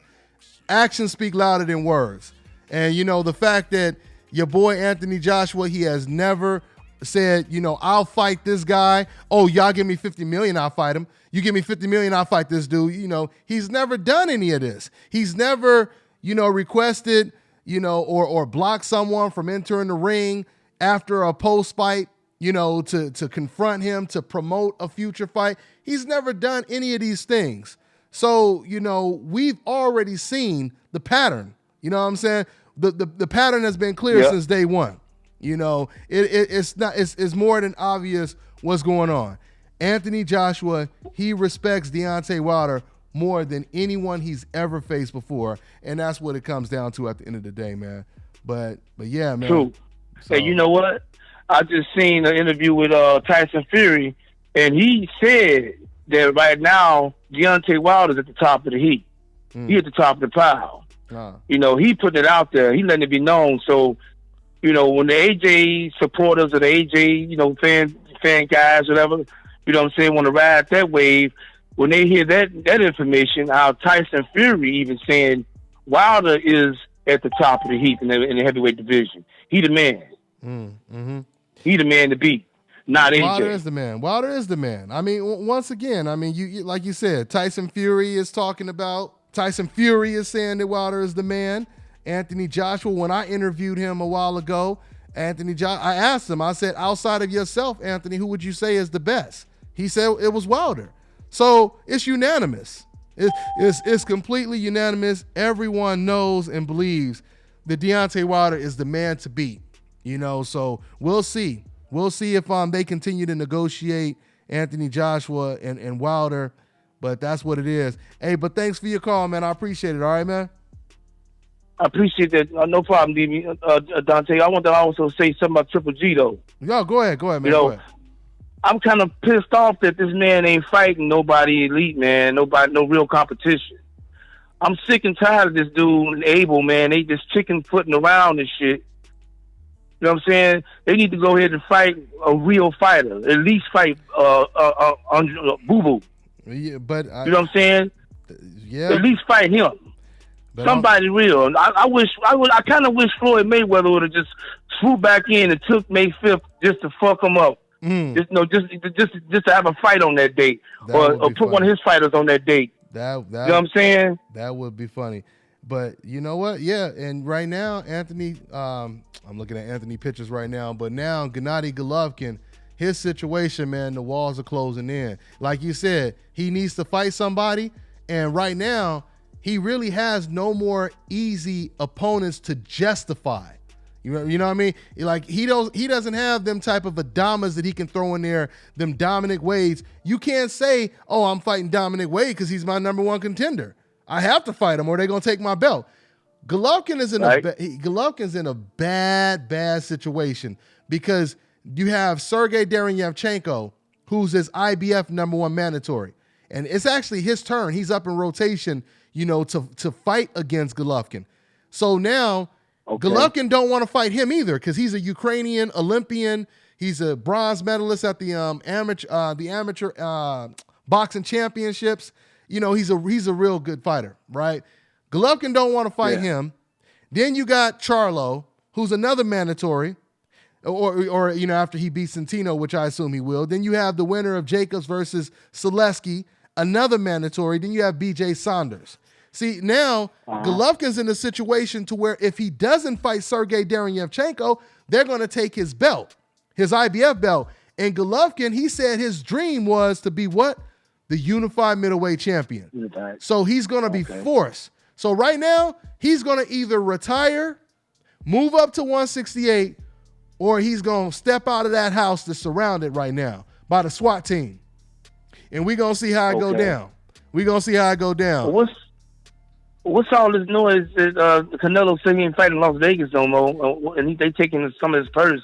Is he acting brand new or what? What's going on? No, Canelo, according to, once again, my man Dewayne Beamon, who was on the show earlier, he was out there and Canelo told him directly. And matter of fact, he didn't say it in a nice way, but Dewayne didn't want to quote, all the other stuff he said. But he basically said he's never fighting in Las Vegas again. And Damn. and obviously that's because he probably feels betrayed by the Nevada Athletic State Commission, Nevada Athletic State Commission, because of the fact that they suspended him, So that's pretty much. Well, he the one really. He the one. He shot himself in the foot with that though. Yeah. He got caught with the shit in the system. I mean. Yeah. The contaminated meat. Yeah. We need some of that meat too, man. We need some of that meat. Oh, you ain't never lied. Man. If you could if you could eat some damn tacos every damn day and burn fat while preserving muscle or even increasing muscle, depending on what grade of clenbuterol you get, then that's what we need. That's what we need. As long as we ain't punching nobody in the damn head, So for sure. Yeah, man. So he might he might have sold a couple dime bags of clenbuterol, So that's what that is. But anyway, hey, thanks for your call, man. All right, take care, bro. All right, Dante, one. All right, dog. All right, later, man. So yeah, man. Anyway, we doing these little random live shows. Make sure you guys tune in to the actual radio show. That's where it really goes down like a plane crash. Sundays, Pacific Standard Time, 6 o'clock. Eastern, 9 o'clock. All right. Make sure you guys tune in. All right. Yeah, man. Let me see here. Yeah, man. I'm telling you, boy, if I could eat tacos every day and get on that clenbuterol, give me some of that MC, give me some of that good old meat contamination, that'd be a good ass diet. That'd be a delicious diet, boy, I tell you. Let me see here. Okay, y'all. Yeah, like I said, we about to get up out of here. Yeah, that's right, my man J-Dog. Yeah, man, go get you some of that ash kicking. Shout out to ashkicking.com. Check out that dope website. And go get some of those box runner shoes, man. Get those box runner shoes at boxrunnershoes.com. Like I said, let me just go ahead and try to take another call. Let me see. 714 ain't hung up yet. Let me see. Hey, you on the line yet? 714. Hey. Oh, there you go. Okay, let's try it again. You there? 714? Yeah. Yo. What's going on, Dante? What's good, man? What's on your mind, man? Hey, where man, you calling from? Huh? I'm in B-More, man. This Ray Sean and B-More, man. Oh, Ray Sean Smith. What's good, family? I don't know how I got from 714, man. That's crazy. Oh, okay. So the lines are tripping right now because you said you was gonna call in 410, right? Yeah. That's what I'm calling for. Oh yeah, that's some poltergeist. That's some poltergeist shit going on right now. Okay. Hey, absolutely, man. Check this out, man. I got 3 things I gotta hit on, man. Number 1, the video that you posted earlier this week, it rubbed me so the wrong way. I know it's not your fault, but you just filmed it. But it rubbed me so the wrong way because I'm a I box. You know what I'm saying? And the culture that's here in the Wait. You talking about the sparring? Yeah. Okay, I'm glad you brought that up. Yeah. You remind me. I wanted to let people know I didn't record that. That was sent to me. That was sent to me. So I didn't record that. I wasn't there at the sparring session. It was actually sent to me by the fighter, the dude who was in it, Christian Thomas. He was the one that sent it to me. But go ahead and talk about it. I'm glad you brought that up. Yeah, man. See, the thing is, boss. You're trained. You're a box. You know what I'm saying? Like I box. The culture that's here in the Baltimore area and in D.C. and Philly and New York, it's none of that cheering stuff. It's none of that horse playing. It's serious work and it's serious business. Yeah. I was told this by a former fighter a long time ago. You don't play boxing, man. People die. People can die even by sparring. Mm-hmm. You know what I mean? People have died, yeah. It's not a smokers. And I don't know if that gym was in Vegas or whatever the case may be. Yeah, it is. But the owner of that gym should be ashamed of himself for having that kind of a crowd, man. This is boxing. This is a sport that I love. It's my first love. I've loved this sport since the 80s. Man, we don't need that kind of stuff in boxing. That's the kind of stuff that turns people away and turns their kids away from getting into the sport. Yeah. You know what I mean? So, at the end of the day, that's not needed at all. So that's my 2 cents on that. But the other point that I want to bring up is what Triple G is doing and AJ doing. I want to bring this up as a collective front and end. What Triple G and AJ is doing, but first on Triple G, is tragedy, man. My thing is just come out and say that you do not want to fight black fighters at all. See, people get mad at guys like you and Boxing Ego because y'all call it out. Y'all call it BS out, man. The whole and truth. The casuals get mad. You know what I'm saying? The Steven from Django's. I don't want to say the C word that I really want to say. I'm just going to say the Steven from Django's. They get mad at the fact that Deontay Wilder is going out and he's calling this man out. Dante, they pocket watching, man. That's the most unmanly thing you can do as a man. Just watch another man's pockets and clock what he do. Or worry about what's between his legs and what he's sticking in.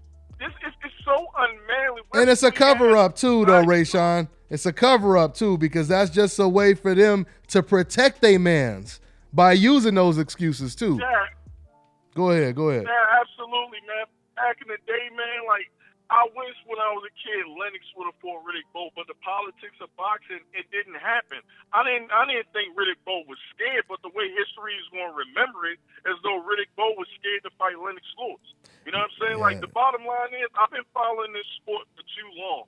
I know what I see, and I know the culture of the fans.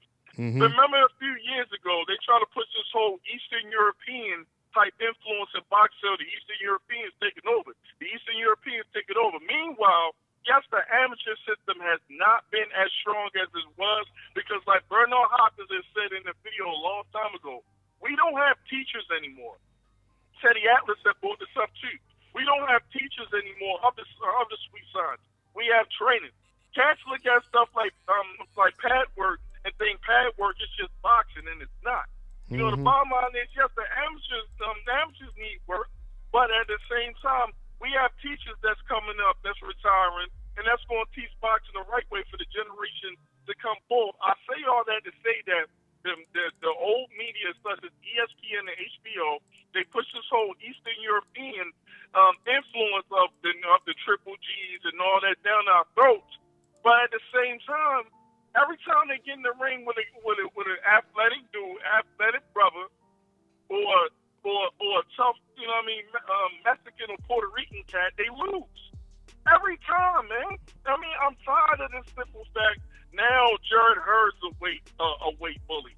You know what I'm saying? They've been calling Earl Spence a weight bully. Oh, now he done got bumped up. Hurd done got bumped up on the coincidental list already, huh? Boy, that's funny. Yeah, he got bumped up on the course. I'm starting to think that, and Dante, I'm going to keep it all the way 100. They don't like brothers of that hip-hop influence. You feel me? They don't like urban culture. They don't like them. They don't like them, period, bro. They don't like them, period. Because Andre Ward refused to do an E40 video. You know that? He refused from the Bay. Because we know E40 from the Bay, Andre Ward is from the Bay. E40 told me this. Matter of fact, I got the video up on my channel. I interviewed E40. He said, I really commend the dude. He said he turned down a hip-hop video. So just to, go to your point, it's the contrary. They don't, it don't matter if it's hip-hop. It don't matter if they listen to country music. If you ain't got the complexion for the protection, you're not going to get approved with that Hope insurance. And that's just all that's to it. But see, the sad thing about it is, Dante, these black fans that bash just as much as the decaps and all that, they don't see it. They bash this, they bash it. They don't see the fact that the same ones that they cheer and group in with, that's the because same ones that don't like them either. That's because they feel that they will be exempt. They feel they will be excluded. They feel like when blacks are called N-words and monkeys and all that, they feel like if they ride with them, they're not talking about me. They just talking about them. Absolutely. In other words, Absolutely. they don't want to be in the street getting hit with them rocks. They don't want to be getting hit with the water hose. They don't want the dogs being sicked on them. They standing far away. They like, look, guys, I tell you what, if I agree with what you guys are saying, you know, will you guys promise not to hit me with no rock and send no dogs on me? That's really what it comes to. That's what it comes down to. My point is, it's way more easier to go with the grain than deal with the backlash. You know, like that's why I'm saying a lot of people are not built like that. You have to have tough skin. You got to be thick-skinned. You have to have a lot of tough skin in society, period, when you're black. I mean, realistically, you know, you can't, it's easy to just say, oh, I agree. You know, if you know Floyd Mayweather is not boring or he's this and he's that, and you hear, you know, 1,000 non-black people say it, you know, it's more easier for you to say it. And not only that, because these weak-minded people, they don't want to be looked at as, oh, I don't want them to think I'm with the rest of them blacks, or I'm just saying, or all of us blacks are alike. So that's why a lot of times when you see these people like that, you see a lot of times they're more passionate with the hate. Like, you know, a lot of these black people that hate, that'll you know, share the same narrative, a lot of times they're more, you know, passionate with their hate because they feel they have to impress, you know, the people who's hating them more. You know what I'm saying? They have to show that they are nowhere near on our side. And that's what it comes down to. That's what it comes down to. With the whole Abel thing, man. Every time you post a Triple G video, your comment section be looking like the altright.com, man. Like every time you post a Triple G thing, oh, here come Dante again, because you call out the bullshit, man. People get mad because, I mean, Abel done pretty much admitted it, man. With Charlo being ducked, Jacobs being ducked. You know what I'm saying? I'm pretty sure if the Jared Hurd wants to move up to middleweight, they'll find a way to duck him. He's a 154-pounder. Andrade is being ducked. You know what I'm saying? Like, you have all the 168-pounders, but they don't mention the fact that Jesse Hart. This is why when Jesse Hart was coming up, I said, man, Jesse Hart should have signed with Al Heyman. I said he should have signed with Al Heyman. A lot of fighters. Hey, but let me say, not to cut you off, because I want to remember this point since we've been talking about all this. You just touched on something. You just said, whenever I do a Golovkin video, you know, the comment section is like the alt-right, you know, all of this backlash. And that is my exact point right there. That is the reason why you will have, how you was talking earlier, how, you know, you have some of these black people are worse than the alt-right people. That's the reason why. Because you see how I have all these racist people sending these messages.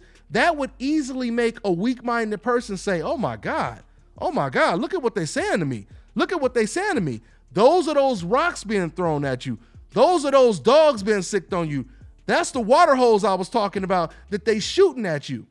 And you got to decide, are you going to go to jail for the cause, or are you going to go ahead and deal with all of this backlash and continue to speak the truth, or are you going to go ahead and submit and tap out and basically say, you know, I'm just going to go ahead and say whatever it is, whatever is the popular narrative, I'm going to go ahead and say that so I don't have to deal with all this backlash in the comment section. I don't want to deal with people calling me N-words. And so it's once again, bro, it's easier to just go with the grain. I'm going to say this to include the whole call, because I'm definitely going to call back in on Sunday. The bottom line is, boss, when you're looking at the whole the narrative, black fighters have been ducked since the beginning of the Queensberry rules. Oh, no doubt about it. They have found a way from Jim Jeffries all the way to Jack Johnson, all the way to AJ. You know what I'm saying? They going to find a way to duck it. Like, think about it like this, right? Because I'm a boxing historian. Remember when Jack Johnson fought? I think he fought Stanley Ketchel, and Stanley Ketchel knocked him down. So as soon as Jack Johnson started beating on him, they stopped the footage. You remember that? It was I know. Blackness. They stopped the footage. I know. Because they were so ashamed of it to happen. And this is what I'm seeing right now with Triple G, man. Like, the walls is closing in, boss, on Triple G. Hey, hold on, real quick. I'm sorry. I want to throw this out real quick because I see we got someone in the comment section. I'm trying to scroll back up. Rodriguez, I want you to go ahead and call in. He said, you know, they hating on Gigi. Everybody knows that. He said Dante hates on Gigi. Everyone knows this. If you believe that this is just hate and nothing we saying makes any logical sense, or I just want you to call in and don't be afraid. Don't be afraid. We're extremely professional. I want you to call in and just tell us something that we need to know about Gigi that we're not saying. If you believe you can shine a light, a good light on Golovkin, and you want to represent him the right way, this is your opportunity to get out what you want to be said about Golovkin. Go ahead and call in. Don't be afraid. Ain't nobody gonna hurt you. This is just boxing talk. We'll be professional. So Rodriguez, we want Rodriguez right now. Rodriguez, if you believe what you just said, but if you don't believe what you just said, and deep down you saying to yourself, this damn bastard Dante, he be telling the goddamn truth, but I wish he wouldn't tell the damn truth about Golovkin. Now, if you feel that way, don't call in. But if you really believe what you're saying, go ahead and call in, man. We could really use you right now. Listen, Go ahead, Rayshawn. Listen, I'm gonna say this, man. The bottom line is, I'm gonna tell you this. It has nothing to do with race. This is one of the fighters that I respect the most is Billy Klitschko. Billy Klitschko was a dog. Billy Klitschko had credit Vitaly, in boxing yeah. and outside of boxing for his politics. That man was a tough man. You know what I'm saying? He did what he had to do, and he beat ass. You know what I'm saying? He was an Eastern European fighter that was about that life. You know what I'm saying? And in the ring and out of the ring, as you see right now. So this has nothing to do with race. I have much respect. Oh no! Well, they make it about race. Yeah, they make it about race. Absolutely. And Rodriguez and Rodriguez, you call yourself a representative of Golovkin, and you got the opportunity to ride for that boy right now, and you ain't calling in to ride for him. So why are you not calling in to ride for Gennady Golovkin? When you say somebody's hating on your boy, why don't you go ahead and step up and say, you know what? Let me call right now. Let me set the record straight. Let me tell the boxing world what Golovkin is all about. Because this damn Dante, he don't know what he's talking about. He ain't telling the truth. So I want you to call in. Matter of fact, put your area code in the comment section. Put your area code in the comment section, man. Look out for your boy GG. Protect him, man. Don't sit over here and make it seem like you trying to protect him and you not. We giving you an opportunity to make Golovkin look good right now. Make him look good. All right, Rayshawn. We waiting, Ray. We wait. Go ahead. I'm gonna let you get up. Go ahead. I'm gonna say this, boss. The bottom line is the fighters from back in the day. I seen the meme. They talking about the 70s fighters, the 80s fighters, and the 90s fighters. And we in the era now that people want to concentrate on zeros, man. You know, the bottom line is they made fighters while it was black or white. You know, we talking about tough cats like George Travallo, like Jerry Quarry. I know I'm naming fighters that y'all casuals don't know about. I'm naming some tough guys from back in the day. You know what I'm saying? Like, these guys didn't have the most glossiest of records, but they went out there and they brought it. And they brought everything to the table. We're not making fighters like that no more. Everybody's concerned about this loss may sacrifice my sponsorship deal. The bottom line is we need to get back to the point now where we having, fighters like a Muhammad Ali running up on fighters, forcing them to fight. You know what I'm saying? When we see guys, they don't. The bottom line is, boss, these fighters. I'm an '80s boxing fan. I love boxing from the '80s. These fighters of today, with exception of maybe one or two, they couldn't hold a lunch pail. See, not even the 1980s heavyweight boxers that they like to bash Mike Tyson for beating on. They made fighters different, man. They made fighters different in the 90s. I hear you. Ike Bucci went crazy. Oh, and man. did some things he never should have did. Yeah, man, that was Think about heartbreaking. what he could have been. Yep. The bottom line is, man, I hate the fact schedules are doing that. But I tell you what, like I told Ego earlier today, they making y'all checks bigger, baby. They making y'all super chats much larger, and the popularity is going up. And Deontay Brown's mama Wallace, I'm personally going to go up because the haters always pay. There it is, man. Thank you. Thank you, bro. Thank you, man. Good call, man. And I want to say, Rodriguez, he had me sidetracked because I really wanted him to call in and tell us what he disagrees with. I just see in the comment section, he said he can't call in. He said he's at work. And then he said, I don't like Golovkin. These cats are funny as hell, boy. These cats are funny as hell. This ain't Dante's Comedy Nation, but you thought that's what this channel was. But anyway, hey, I tell you what, Rodriguez, if you can't call in right now, let's set up a time for you to call in when you're ready. Tell me when you're available. We'll do a live show, and we'll go ahead and get you on, because I want you to tell me what I said about Golovkin that you disagree with. What did I say about Gennady Golovkin that wasn't the truth? What did I say in particular that was hate? Because see, I want to distinguish. It's education time, man. I want to distinguish the difference from telling the truth and hating on someone. You see, hating on someone is when you say stuff like gay runner, stuff that has nothing to do with boxing, stuff that is obviously personal. Oh, that gay runner, or Floyd, he's gay, and oh, that Andre Ward, SOB, it really stands for, or SOG, it really stands for SOB. When you say somebody is boring, when you say someone is boring, but you don't say anything about their accomplishments, their accolades, or if you say a fighter who has 50 fights is boring and you don't say anything about the fights that we know were action-packed, that is what you call personally hating on someone. But when you say Gennady Golovkin, he has tougher opponents to fight now. When you say Gennady Golovkin's number one contenders are no longer Adama, Willie Monroe, what's the other one's name? Dominic Wade. Now he's dealing with sharks swimming around the raft.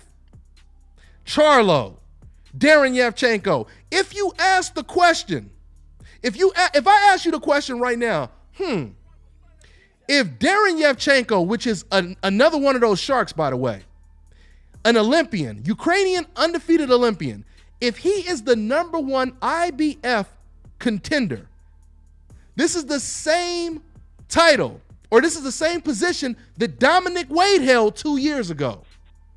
If now Sergey Durinyevchenko or Andre or Charlo or Danny Jacobs, if they're in the same position that Dominic Wade was in 2 years ago, and Golovkin took that fight with no hesitation, why is he choosing or electing to fight Gary Spike O'Sullivan over his mandatory Darren Yevchenko?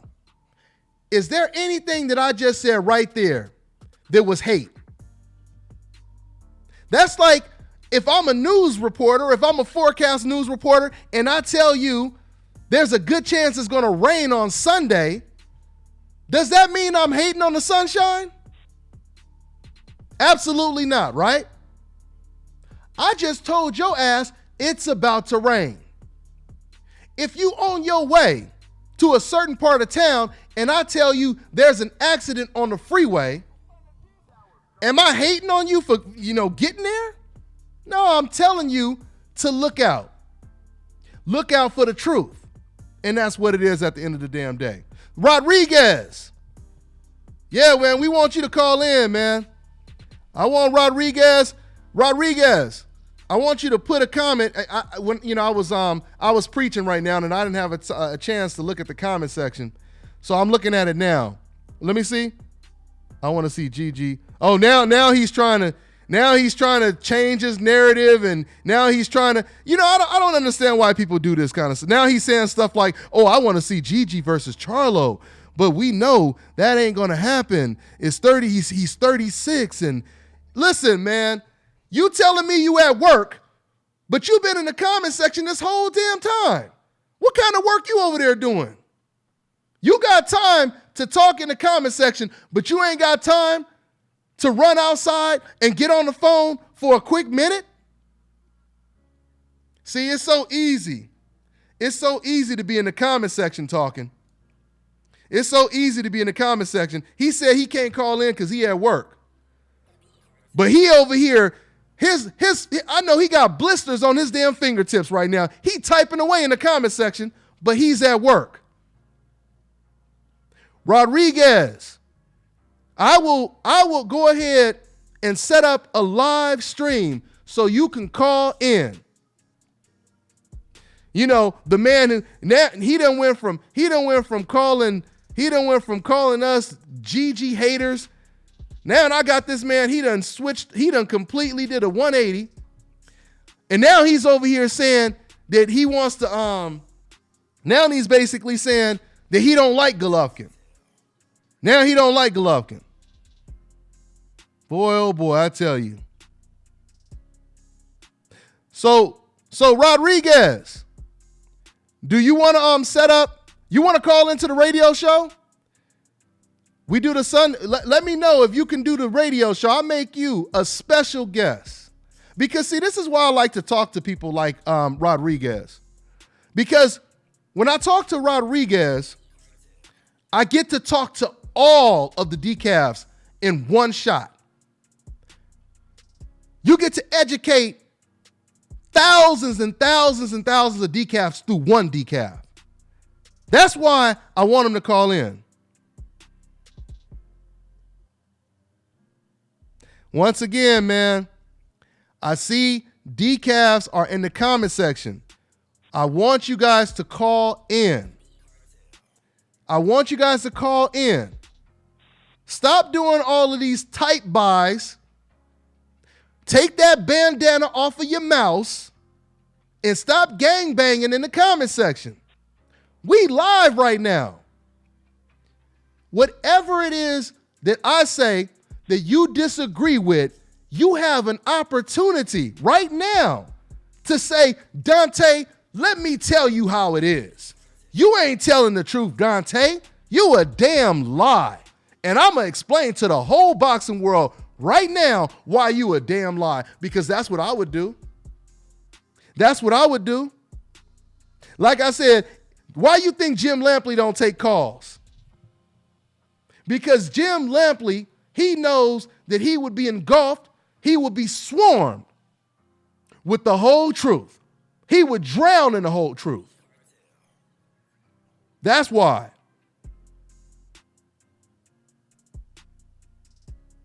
Yeah, man.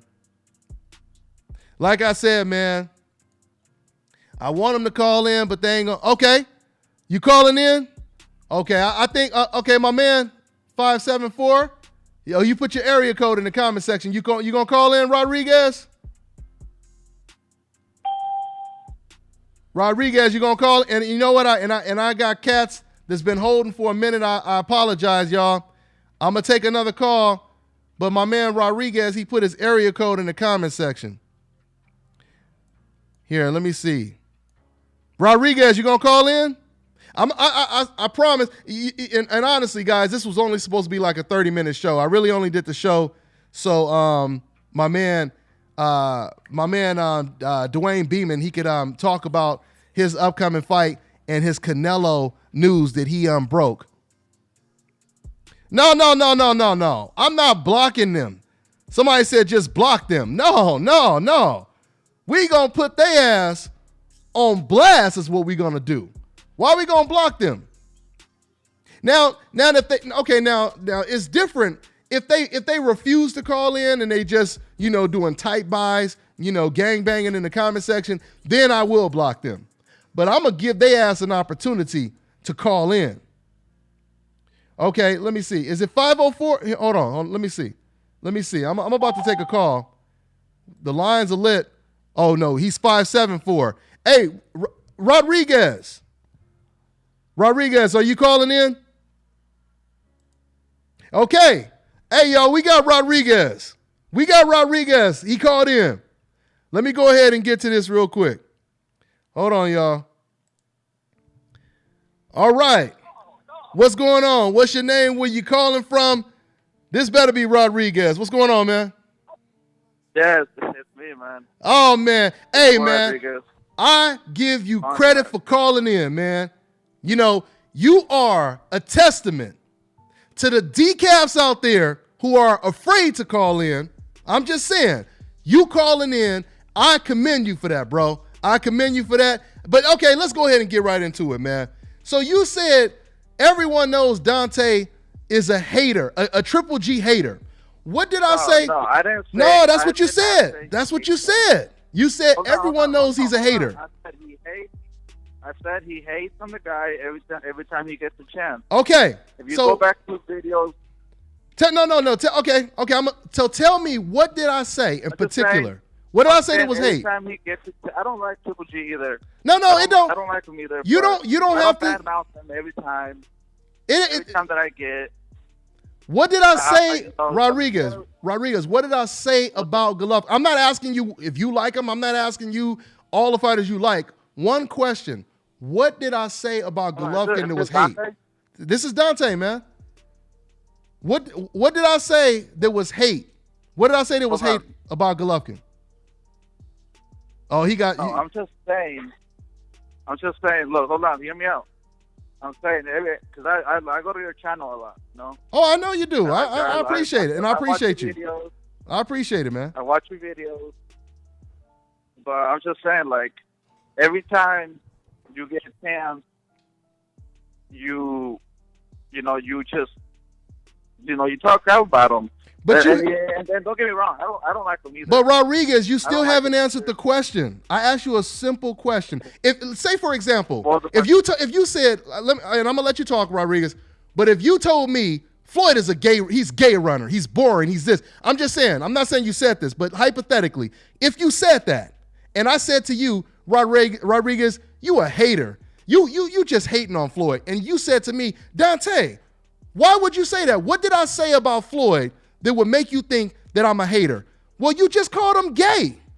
You just said he was boring. You said you're talking about things that have nothing to do with his accomplishments in the ring. That's how I would answer that question if you asked me, why am I a hater? So I'm asking you the question, what did I say in particular about Golovkin that implied to you that I hated him or I was a Golovkin hater?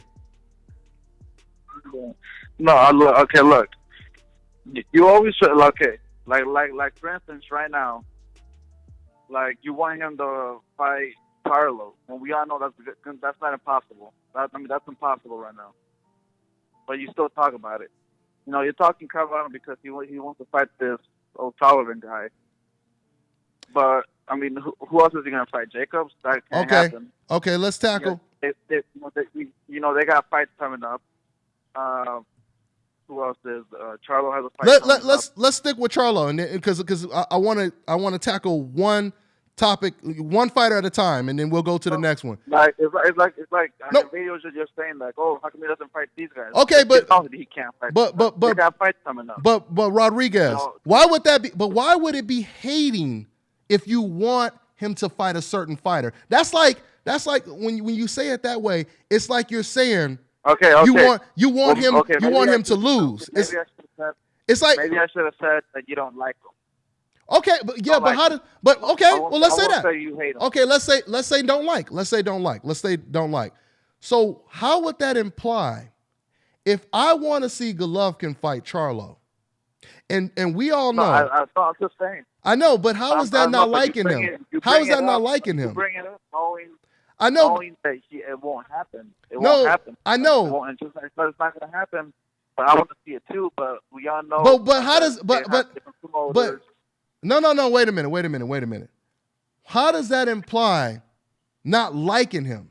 How does that? How do you translate that to not liking him? Me saying I want to see the fight. Let's say the fight couldn't happen. Let's say it couldn't happen at all.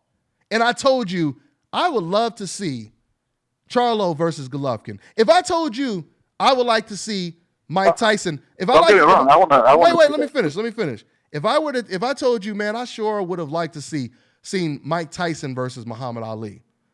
Would you say that I was hating on Muhammad Ali? Oh, no. So why is it hating if I want to see Golovkin versus Charlo? You know why? Okay. I probably didn't write. No, you probably misunderstood me. I'm quoting what you just said. I know. Okay, well, I probably wrote it wrong too. Okay, so you want to kind of retract. You kind of want to retract what you said. You want to say it a different way. I want to rephrase it. Go ahead. I want to rephrase it. I'm just gonna say, from all the videos that I watch, I can tell you don't like them. But you're not telling. Once again, if I told you I can tell you don't like Floyd Mayweather, and you said why, because you called him gay, the answer would be quick and it would make sense. You still haven't told me what I said about the man that suggests I don't like him. You said because you wanted him to fight Charlo, and now we squashed that, and you said, well, let me rephrase that. Now you saying, okay, let me put it this way. It's because all the videos you made about him, I could just tell you don't like him. You still haven't told me why. That should be an easy question to answer. Because when people don't like someone, they make it clear. They make it obvious. And this shouldn't be a hard question. I mean, if you've been thinking this for a long time, maybe you, your friends, or whoever, you should have tons of answers. You should have tons of examples. Okay. Go ahead. Okay, look. I'll give you an example. I know you don't like him. I don't like him either. But I don't talk about the guy. You got to give me an answer though. I can tell you. Because every time you bring him up, trying to make it look like he doesn't want these fights, but they're not. Which one? Possible. Okay, like give me like Charlo fight. Okay, wait, hold on. What do you mean when you say it's not possible? So you telling me that you know already? Okay. Why is Charlo not possible? Why is Charlo not possible? Because he has a fight coming up within the next couple, next month or so. Okay, so you're saying Golovkin is gonna fight Charlo after this fight then? I don't know. So if he doesn't fight him then, we're talking about his next fight coming up right now. That Canelo guy withdrew away. Listen. Like Before this, we're talking about his next fight. Okay, so why isn't he fighting Why isn't he fighting Sergey Derenyevchenko? Since Canelo fell out, Sergey Derenyevchenko is his number one contender. What's that guy's record? He's like 12-0, 10 knockouts. 12-0, 10 knockouts. Okay, so he's the number one, and he's the number one mandatory. Not just number one. He's the mandatory, and it's his turn in rotation. It's his turn in rotation to be Golovkin's mandatory. Okay, so, I'll give you a reason. I'll probably give you one reason that he probably won't fight him, because we know that he's trying to fight on May 5th. What? They probably already have a deal with Golden Boy, and the probably Golden Boy wants to still have to keep Triple G with them. Wait. That same date. Hold on. Yeah. Wait, because when you brought up Charlo, you said you bringing up fights that you know can't happen. So I just gave you an example. On his next fight. I'm not saying next year or later on this year. I'm talking about his next fight.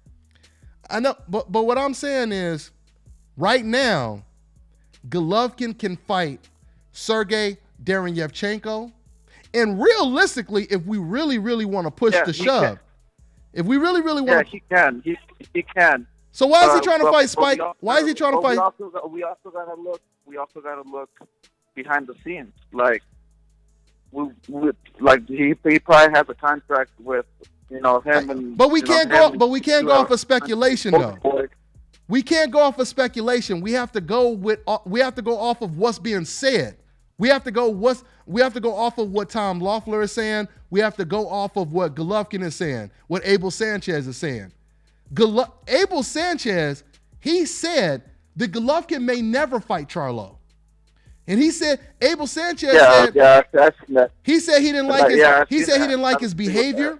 He said because of his behavior, we may never fight him.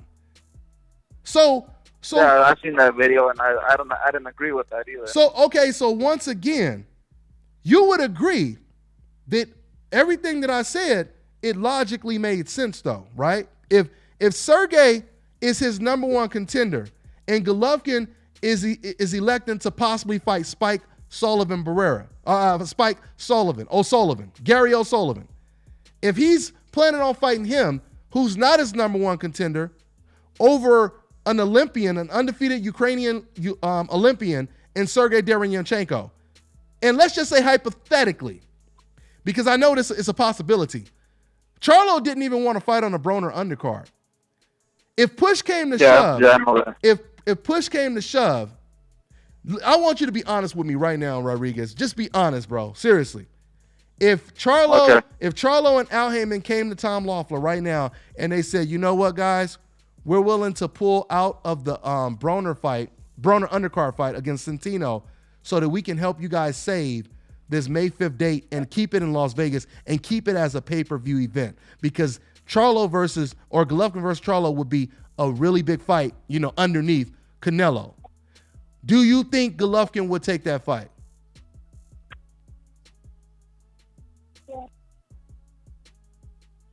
Rodriguez, you there?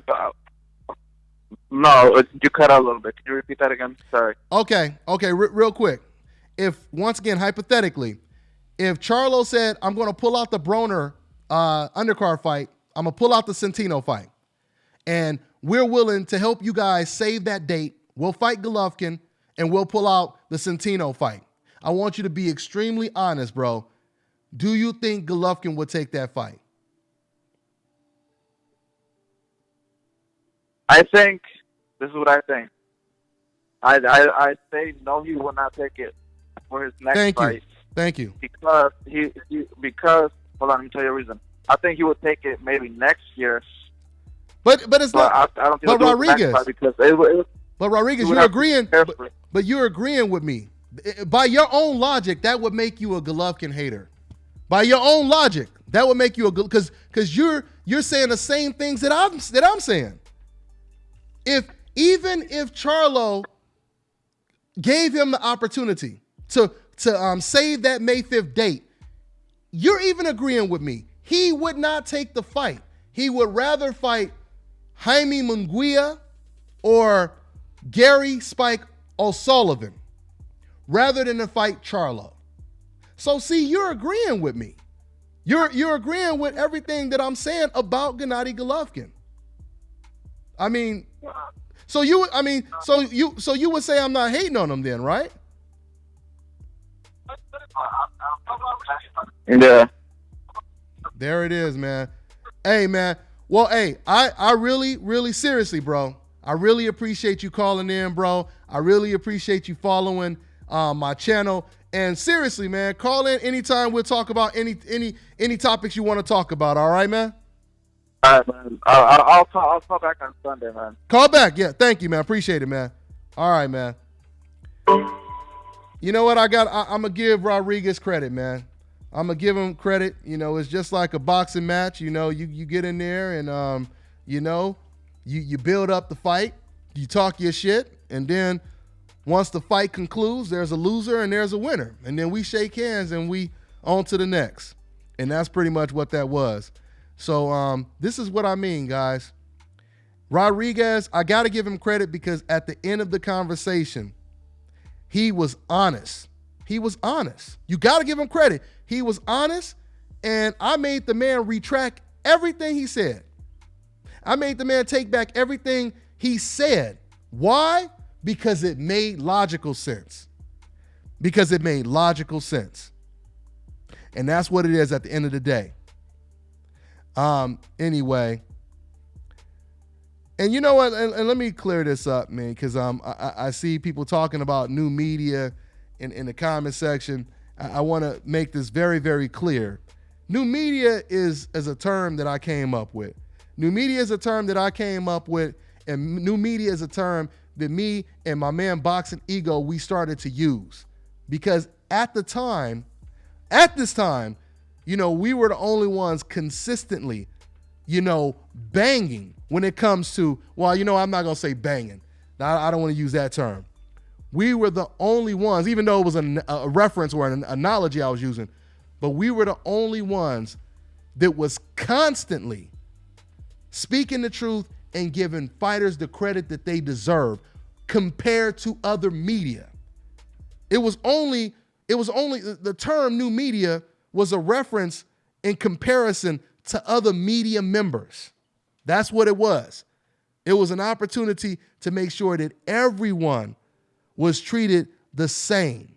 Every fighter should be treated and created equally, created the same, right? That's how it's supposed to be. That's how it's always supposed to be. You know? So I know once again, and you and Ego should, yeah, and me and Ego, we are gonna do some more streams, you know. Matter of fact, we may end up trying to do like one stream a week together. You know, that's pretty much what that is. So yeah, man.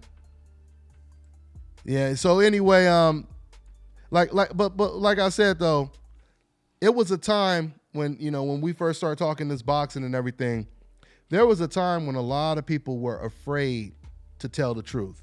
You know how sometimes you're in a room, you're in a room with a group full of people, right? And a lot of people may be thinking something, but they don't want to say it. And then it just takes that one dude to stand up and say it. And then everybody else is like, man, yeah, that's exactly what I was thinking, man. But I was afraid to say it though, man. You know what I'm saying? That's basically what new media is. You had a lot of people that were afraid to speak the truth. And then you had some people, which, you know, I credit a lot of them now, because you even had some black people that were afraid. You know, they were afraid, you know, a lot of black people, they didn't want to, you know, be called the N-word, monkeys and this and this. Like I said earlier, don't nobody want to have rocks thrown at them. Don't nobody want to be hit with water hose. Don't nobody want to have dogs sicked on them. Don't nobody want to be sitting in jail for a day or two. Don't nobody want to do it, but sometimes you have no choice but to do it. You know what? My bad, man. The phone lines are up. Let me go back to the phone lines. I was supposed to be done a long time ago, but I'm going to try to answer some of these calls before we get up out of here. 504. What's going on, man? What's your name? Where you calling from, man? 504? Oh, no, you breaking up bad, bro. Your phone sound like it's possessed right now. Hello? Okay. There you go. Okay. Now I hear you. There. Hello? 504? Yeah, okay. Yeah, I'm here. What's going on? JT, I'm calling from New Orleans, man. Hey, what's going on? Yeah, I've been listening to your little show, and you going back and forth with that Rodriguez dude. You kind of made him crawfish in his words, and he had to back out what he was saying. But I got a few topics I wanted to That's ask. why I don't block him. That's why I don't block him right away. But go ahead. I heard somebody talking about Hurd, and I was pulling for Hurd in the fight, but I do feel Hurd is kind of a weight bully, you know, and that's not me knocking on him. You know, I had Hurd winning that fight because of his size. And me and my brother had made a bet on it, and he picked Lara because Lara moved. But I told him Hurd weight and size was going to be a problem for Lara, and that's eventually what happened with him. And I feel when Hurd do move up like to 160 or 168, he would not be able to fight like that. So he'll have a lot of trouble fighting bigger guys. And he can't fight like that, so he had to get his defense going on. His pressure wouldn't be the same and stuff like that. So, he'll have big trouble at 160 or 168 because he can't bully people because the guys are naturally bigger in those weight classes. Yeah. So what you think about that? You know what? That's a great point. I agree to a certain extent of what you're saying. And somebody kept asking me what happened to Dante's News Nation. Guys, I'm going to jump back on Dante's News Nation. That's my other channel. I just got extremely busy, man. And it's harder than I thought it would be to juggle two channels at the same time. But I promise you guys, I'll be back. I'll start dropping some more videos on Dante's News Nation. You guys really liked it, so I'll be back consistent on that. Okay, to go back to what you're saying. Okay, the one thing about I said this before, you know, right after the fight. I said there's no doubt about it. there are some similarities with Hurd and Margarito. Margarito, he was big at welterweight, no doubt about it. In fact, I remember Margarito moved up to 154 to fight David Santos. And I always, at the time, I never understood why he moved up to 154 and then came back down to 147. I never understood it because he was so big. Now, looking back in hindsight, it makes sense because he was really big at 147. It was easier. I think for Margarito, it was easier for him to walk through punches. So when it comes to Hurd, there are some similarities there. He's very big at the weight. Charlo has said at the weigh-in, he could barely make the weight. He could barely make the weight, which was, an implication that he believed that he was too big for the weight. But on the other side, I heard that he weighed in the day of the fight at 162. So he didn't really rehydrate the way a Canelo does, or even the way a Golovkin does. And these are guys at higher weight classes. So I kind of agree a part of what you're saying. I agree with a little bit of what you're saying. I do think he would definitely be more effective at 154 as opposed to 160. I believe he'll be more effective at 154 as opposed to 160. There are going to be bigger guys, and he obviously won't be able to walk through punches the way he did. I mean, that's like Diego Corrales.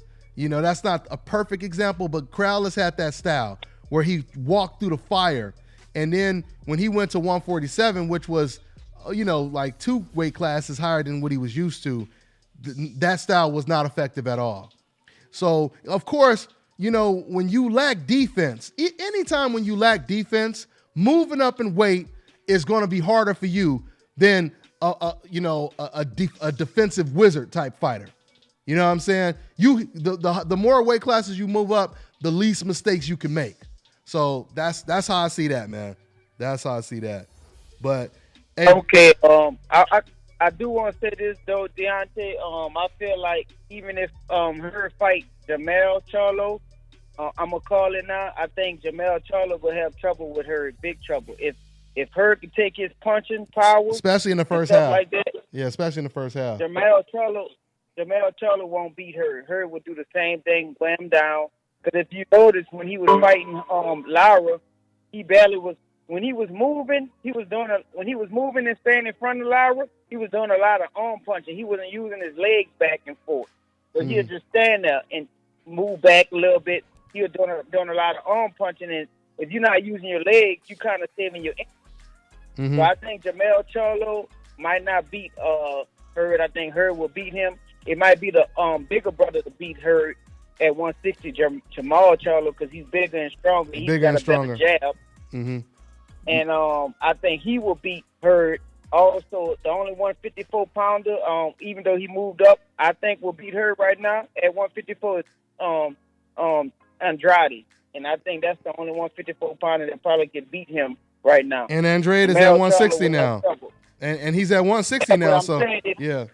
Even if he came down to 160, 154 again, I think that's even at 154, he can beat Hurd due to his size and his reach and strength. Because he was a big 154-pounder too as well. Yep, absolutely. And I got one more question. Hurry up, bro, because I want to get to some other calls, man, before I get up out of here. But go ahead, man. I know you cool. I know you cool with both of these fighters. Who do you have in Terrence Crawford versus Errol Spence? Like you said, man, I'm real cool, and I can't even. That's a conflict of interest for me. I just say that's Sugar Ray Leonard versus Hearns right now, man. It's Sugar Ray Leonard versus Hearns right now, and I'm gonna leave it at that right now. But who knows, man? I might, if the fight gets signed, I might go ahead and make a prediction. But yeah, that's the one right there. That's the one right there. Hey, but thanks, bro. I appreciate it, 504. All right. Take care, man. All right, man. Once again, man, I'm just hanging out with you guys. I was supposed to be up out of here a long, long time ago. I was supposed to be out here an hour ago. We in triple overtime right now. I'm about to take another call. Here, let me see. AJ Trainer says he's to teach Joshua to move his head. Okay. I'm looking at the comments right now. I'm about to take another call. We are going to try to take as many calls as we can before I get up out of here. Let's see. Who's next? Okay, we got what's that? 347. What's going on? What's your name? Where you calling from, man? Can you hear me, Dante? Yeah, man. I hear you loud and clear. What's going on, man? What's good, Dante? This is the passive student. I'm originally from the Bronx, but now I'm in Nevada right now. I'm just calling just to talk about the situation at hand with boxing and how the champions are conducting themselves. I called before, and I spoke about Errol Spence, defense, and whatnot. And I just want to say that I really commend Crawford, Spence, Deontay Wilder, the Charlo brothers. I really commend those four guys because those five guys, because they really are saving. They really are saving the sport of boxing right now with how they don't give a with their no give a fuck attitude. You know, they're very competitive. They care about legacy. They're true warriors, and they know what they're about. You know what I'm saying? And it's like the champions should be acting like this. The true champion, like the champion with multiple belts, should be the ones acting like this. You got Keith Thurman, you got Gennady Golovkin, you got Anthony Joshua acting like herbs. Like they don't know what the fuck they doing as champions. It's pathetic. It's disgusting to me. How the hell Gennady Golovkin has worked a full camp? He had a full camp to himself in preparation for Canelo. Andrade is calling him out. And he has more momentum than Andrade right now, and he didn't even take the Andrade fight. Am I saying something that don't make sense, Deontay? Not at all. And just to add on to what you're saying, now Golovkin, Tom Loeffler, they said they're not going to fight. If they do fight a replacement, it ain't going to be a southpaw. So you know that eliminates Andre and BJ Saunders. But see, this is where the monkey wrench comes in. What if your opponent says, "Oh, you're not prepared for a southpaw"? Well, he don't know. I could switch southpaw. You know what? I'm going to train for the next month straight southpaw and really throw Golovkin off. So what if that happens? Then what you going to do? You going to walk into the ring and then see him fighting southpaw and yell timeout and let's postpone the fight? So my point is when you have 400 plus amateur fights, you're an Olympian. You should be ready for whatever it is the night of the fight. But the thing is, he has a whole, what is it? What is it? It's he has almost a whole month. You got 3 more weeks to prepare for a southpaw, for Andre, for whoever it is. Remember, guys, when Lennox Lewis and Vitaly Klitschko fought against each other, they fought on a couple hours or a day or two notice.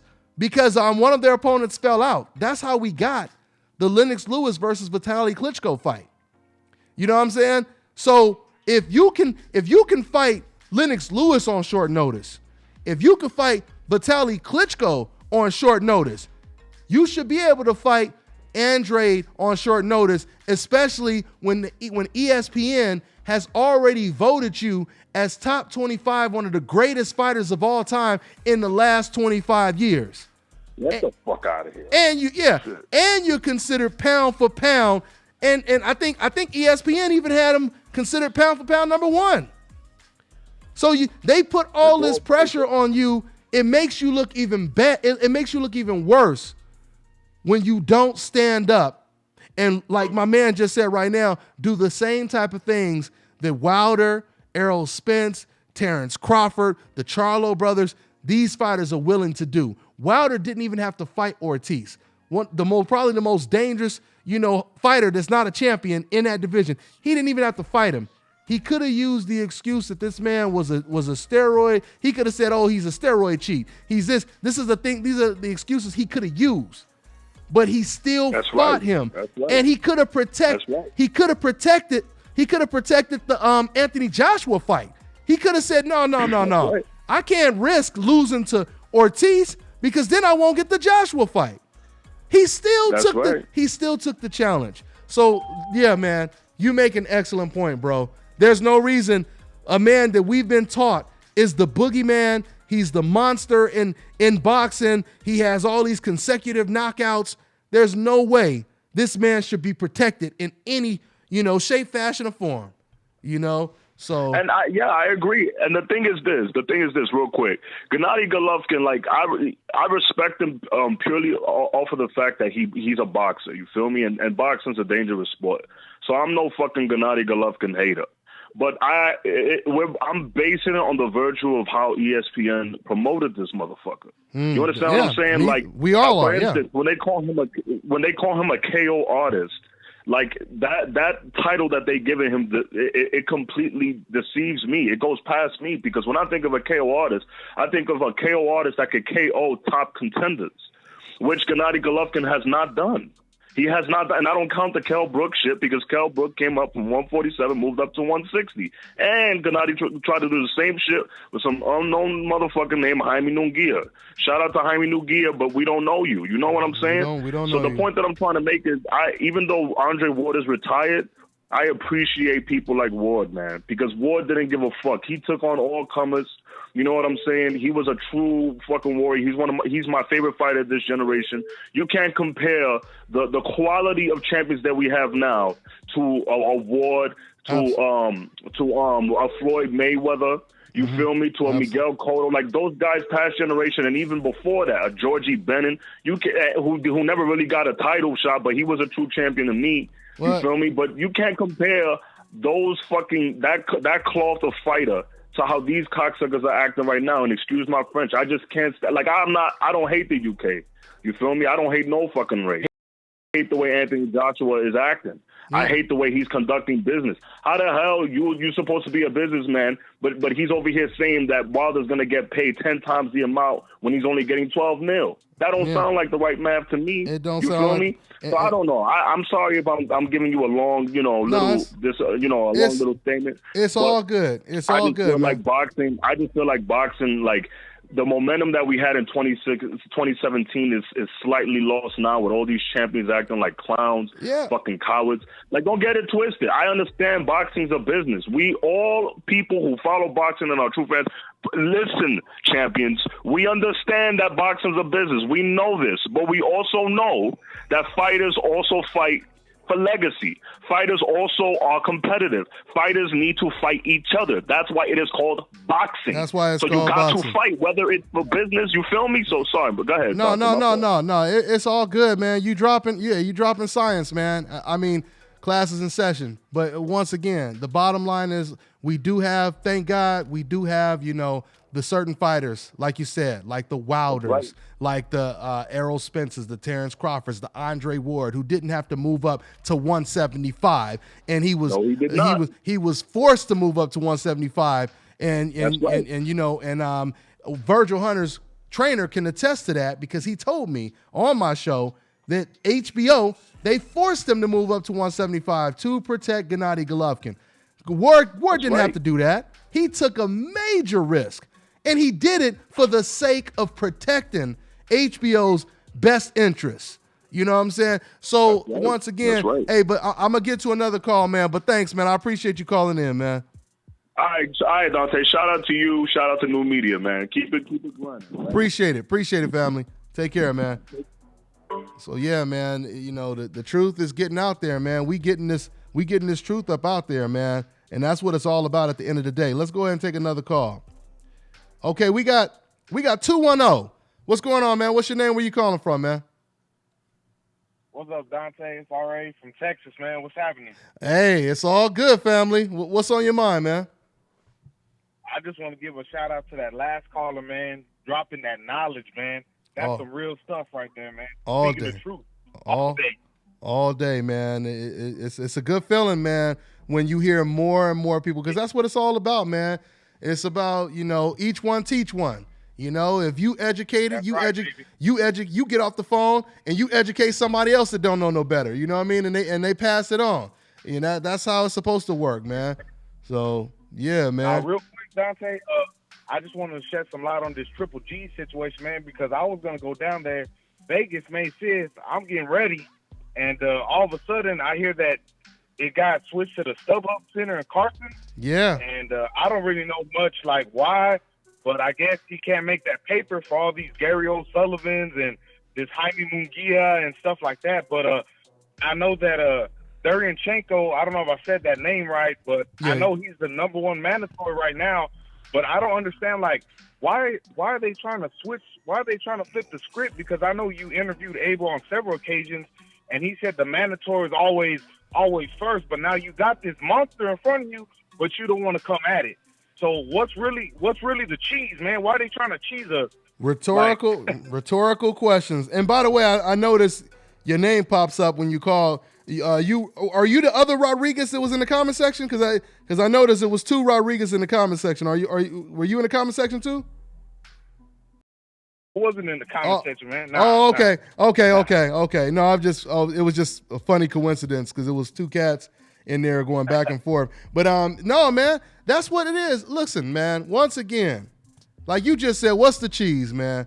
You gonna try to fight Sullivan, who's not your number one contender, but then you have Sergey Deryanchenko, who is your number one contender. And speaking of number one contenders, Sergey, he holds the same position that Dominic Wade held 2 years ago. Dominic Wade was the IBF number one mandatory 2 years ago. That is exactly what Sergey Deryanchenko is today. They were quick to jump on that train. It was quick. They were quick to jump on that train. They try to derail that real quick. Yeah. But they don't want to derail these other bullies. Like you said, they got all these, they ain't nobody to play in the park with now. He got all these people. Now they don't want to have nobody. Now they trying to go to another park. But why y'all running? Like we got people here and we got boxing fans that want to see these fights. Mm-hmm. And I think that they could move it back to Vegas. Maybe the MGM if he fights the right opponent, if he fights a dangerous opponent, they could keep it. You're right. I mean, listen, you're gonna push the pay-per-view stats. If you get the right person, these fans are gonna respect that. But I think he's losing a lot of credibility with a lot of hardcore boxing fans.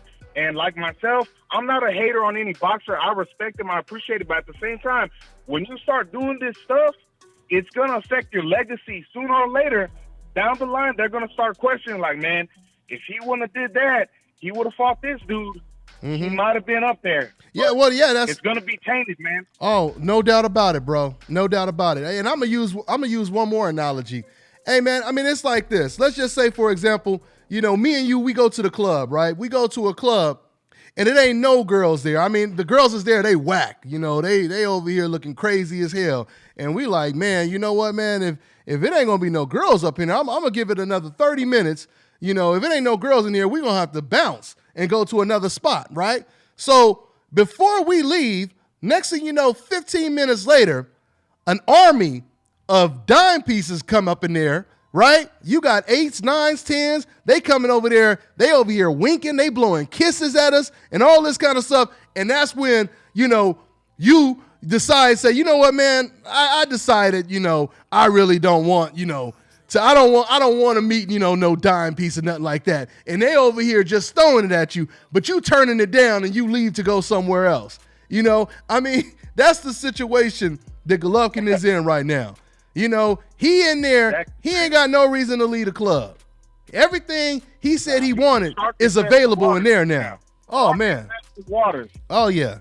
The Sharks. And they ain't no life preserver right now. No. Shark infested waters, and there's nowhere to go. Nope. Not at all, man. But yeah, man. Just one more thing real quick, Dante. I know you've been on the line for a while, man, but I just want to what's your thought on like the whole Joshua Povetnikov if he does select that fight rather than Wilder? Do you think that that's a dangerous fight still? I know Povetnikov had the PED situation before he was going to fight Wilder, but do you think that that's a dangerous fight for Joshua? I mean, I think that very it would dangerous. Make maybe some sense that if Joshua, I just see that fight being very dangerous, even the Wilder fight, but more so that Povetnikov is very strong. I think he's a good inside fighter as well as Joshua is, and I just see Joshua struggling. I mean, that's a very. I don't know. No, you're right. No. Povetkin is a very dangerous opponent, especially. I learned a lot more about, I think a lot of us feel we learned a lot more about Joshua after the Joseph Parker fight. But I learned I learned a lot more. But I think I learned a lot more in the Takam fight. In the Takam fight, because Takam is a shorter tank built type fighter. And he got inside. He got on the inside and he got past the first. Very slick and crafty. He got past the first half. So you have Povetkin, who has an amateur pedigree, short, compact, aggressive. You know, once again, if he can take Anthony Joshua, I truly believe any fighter that could take Anthony Joshua into deep waters, which is championship rounds, they're going to have a really good chance of beating him. Joseph Parker was just too passive and reluctant. Takam, there's no telling what Takam would have did in those later rounds. If he was way too passive at times, I thought Parker could have countered him a lot more on certain rounds. Maybe the fifth round, I thought it was an up and down round. I think Parker could have stole that round. If he just would have maybe stole it the last 45 seconds, maybe got more aggressive at certain times. But again, the ref interfered with a lot of that. I thought that was horrible. I think that played a lot into it. But I know he caught Joshua in the ninth where he stumbled him to the ropes. But then again, he gets inside, he does something, and the ref breaks it up, stops the momentum. So it is what it is, man. It is what it is, man. But there's a lot of pressure being put on Anthony Joshua, and the backlash is going to be tremendous. You know, if he doesn't fight Wilder at the end of the day. So that's, like I said, man. When you got UK fighters doing interviews after Joshua's fight, and they're saying, "I want to see Wilder next." That's when it's bad because they're the most loyal. UK fans are the most loyal fans out there. You know? So, hey, man, but thanks for your call, man. I appreciate it. All right, man? Appreciate you too, Dante. Thanks, man. All right. Take care, man. All right. Try to take another call and then get up out of here. Okay, this is one of my regular call-ins. What's going on, Reggie?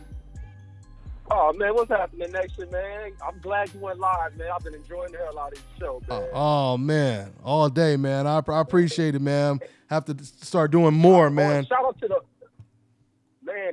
the callers, man. The dude from Baltimore with Rayshawn, and then the dude called from New York who live out here in Nevada. Man, great points from them guys. Absolutely. Man. Absolutely, man. Great points. Absolutely. My thing is, I want to shoot this directly to Anthony Joshua because your show was a hit. I know this guy watches the show. I know they stream through YouTube. They got to watch the show.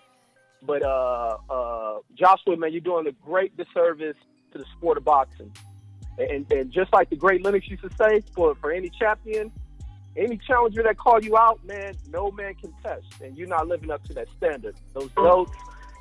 Some way, somehow, these belts have to be taken away from champions that ruin the sport of boxing. Well, boxing is on this huge incline. It's taking over the UFC portion of combat sports. And here these guys, why boxing is at its peak, they're tearing the sport down by doing this female-type BS in the sport. It's like, that ain't what man's supposed to do. A champion's supposed to challenge any guy with a belt or any top contender that challenges them. Like, you don't bow down to that, man. But I ain't never seen no sissy-fied stuff like this in a man's sport in my life. Like, and we're gonna try to get him on, Reggie. Seriously, man. I ain't pressed for it or nothing like that. I ain't reached out to them, but we're gonna try to get Anthony Joshua on the show, man. Because I really do want to ask him all these questions, and I want him, to speak up for himself. It's time for him to do that, man. Once again, you can't, people can no longer say this is just the American fans that want to see this, because we heard UK boxers in the crowd, like Carl Froch, saying, I want to see the Wilder fight next. Your own countrymen are demanding this fight. That's when the pressure becomes unbearable. This is the reason why, once again, the suppression came in when it came to preventing Wilder from getting in that ring and confronting him in front of 70,000 fans. but it didn't work. It wasn't effective. The block wasn't effective because why? Like I said, Showtime opened up the broadcast with a piece on Deontay Wilder. Leading up to the fight, all the talk was about Wilder or Joshua versus Wilder. No one was talking about Joshua versus Parker. So you can suppress all you want, but it ain't going to be effective. It's no longer effective. You know, the people are going to demand this fight, and it's going to get to the point to where you're going to have to take it. That's the reason why you notice the change, Reggie. You noticed Anthony just what 2 weeks ago, they weren't even planning on fighting Wilder next. They were talking about Big Baby Miller. They was talking about maybe 2 fights, maybe 2020. They were saying all of this stuff, and now all of a sudden, what you hear Joshua say, "Oh, y'all give me $50 million, I'll fight him tomorrow." Now it's tomorrow, you know, because of the pressure, because of the pressure. It's just lip service. Yeah. I know. Oh yeah, no doubt. I'm not taking that serious with him saying that, but I'm just saying for you to even suggest or imply, for him to even be on your mind, and you talking about fighting him next, regardless if you have no intentions of fighting him, the fact you talking about it suggests the pressure, you know, is filling up that Titanic ship right now. You know, that water, it's almost submerged. And then he clowns himself because the more he steps up acting like he's accepting a challenge, like I said, he reminds me of Martin trying to call out Tommy Hearns and shit. But the more he does this, the more he looks like a clown. Like he speaks about being a hustler and a businessman. But a lot of these guys in boxing speak this business stuff because they want to compare to Floyd. What they fail to realize is that Floyd's money moves were also moves of legacy. He wasn't just challenging any old bums. He was fighting the top guys at the current time. Like, so it's these guys think they can just pick and choose their way into big money fights. The only thing that's gonna make you money is what the fans want to see. So it's like I don't understand the business moves. Like the most idiotic business dealings I've ever seen in my life. And I'm like not even a fan of boxing. I call myself an observer of the sport, and I see some of the most idiotic shit amongst this new age of so-called business cats in the game. Like, to be a business guy in the sport, you must challenge the top guys. That's where the money is. And the split on this fight shouldn't be no less than 40, 60, or no less than 30%. Like, Wilder brings money to the table. No doubt, it's obviously. I mean, listen, man. If you got a secret, that you keeping. Hold on, there's some background noise over there. I want to make sure. Okay. Anyway, let me say this, man. If you can keep a secret, if you keep a secret to yourself, you obviously will get away with keeping it to yourself. The secret will never come out. You tell one person the secret, you might still be able to keep it a secret. But once that one person tells another person, she tells another person, next thing you know, it goes from 10 people to 100 people to millions of people knowing the secret. You can no longer hide it. Now the secret is out. And my point is simply this. When Anthony Joshua was keeping Deontay Wilder, and I'm metaphorically speaking, but when he was keeping Deontay Wilder a secret and only a couple people knew about Wilder, there was no pressure for him to fight Wilder. Guess what? The secret done got out. And it done spread like wildfire. Yeah, it done spread like wildfire. So, you know. They in crisis mode in the UK. Yeah. Yeah, man. I mean, like I said, man, UK fans are talking different. UK fans are talking different now, man. So, yeah, man, with that being said, bro, yeah, I'm going to go ahead and wrap it up, Reggie. So, hey, thanks for calling in, man. And I see you on I catch up with you on Sunday if you call in, all right, man? All right. Oh, and let me just say one more word. The thing that you guys have caused for the old media decaf, is a cognitive dissonance. For them to hear the truth, that shit shakes the whole foundation of what they, their beliefs. They find out that what they thought was true from HBO and ESPN has been total lies, has been implanted in their heads. And when they hear the truth, that shit shakes them up and upsets the hell out of them. So, decaf, that's your word. Yeah, what was that movie called? The Truman story with Jim Carrey. What was it called again? What was that movie called? I heard of it. I never watched it. I may have to check that out. Okay, no, it's just a perfect reference to here. Let me Google. I know y'all gonna end up telling me real quick. Let me see, what was the name of that movie? Because it's a perfect reference. Here, let me see. I think it's the Truman Show. Yeah, I think it was the Truman Show. If you guys must correct me if I'm. Yeah, I see you guys are saying it. In that movie, they built this fake world that was surrounded that surrounded Jim Carrey. Right? So he was led to believe that he was living in this real world his entire life. Just to find out it was a fake setup, life that he lived in. Right? He believed everything he was told. And then all of a sudden he got a reality check. And that's exactly what happens to the decafs. And some people are decafs and they just don't know it yet because they haven't been educated. Right. You know what I mean? Right. So yeah, man, that's a great movie though, but yeah, that's exactly what people are going through. People are living through that Truman Show right now. And yes, all of a sudden they get woke up with some reality called new media, DBN. Mm-hmm. You know what I'm saying? And that's what we're going to keep doing. We're going to keep waking up the zombies. We're going to try to bring them back to life. That's what it is, man. And it also makes these fans wake up so that we don't have paper champions holding belts in this game. So Anthony Joshua is a paper champion. I know you're hearing that.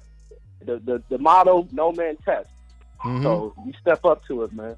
Thank you, Dante, man. Thank you for your platform, man. No, thanks for always calling in, man. I appreciate it, Reg. Take care, all right, man? Yes, indeed. All right. All right, you too now. All right.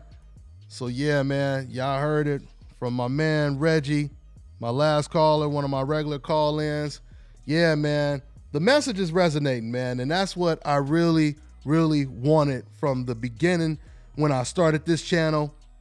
I wanted all fighters to be treated and created equal, and, we starting to, our message is reaching people.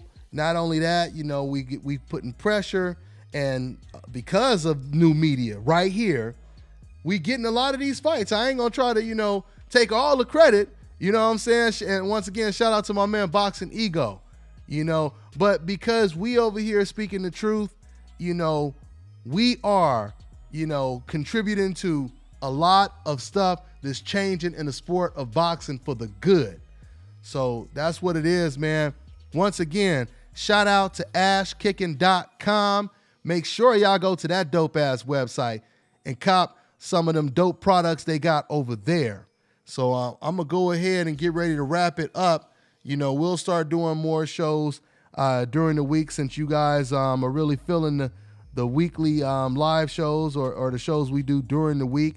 But you got to make sure you tune in to the Fire DBN radio show, because this is just a random, show right here. But you got to tune into that real one, the DBN radio show on Sundays, 6 o'clock Pacific Standard Time, 6 o'clock to 6:15, give or take, 9 o'clock Eastern, where we really go in. Okay? It really goes down like a plane crash on Sundays. So that's what it is, man. And once again, you guys can always call in. You want to be a representative of your favorite fighter, or who, whatever. You want to tell us how we don't know what the hell we talking about, and you want to go ahead and educate me or whatever. So you think you got an opportunity to do that on Sundays, you know what I'm saying? Or whenever I do a live show when it comes to that one. So yeah, man, I appreciate everybody showing their love. Oh, you know what? Before I can't end the show without shooting out or shouting out my my lieutenants, some of the new lieutenants who joined that DBN tank, donating to your boy DBN. I appreciate you. What'd he say? So shout out to one of the lieutenants inside that tank, the King. He said Wilder gonna knock AJ Potato Head smooth off. And my man Cabron, what's that, Woodfin? He said, why is nobody acknowledging that Lara didn't fight like he usually does? Why didn't Lara use the ring? Okay, have never seen Lara fight like that. Okay, well, he said, let me see. Yeah, he said, okay, have never. Okay, and did I get everybody?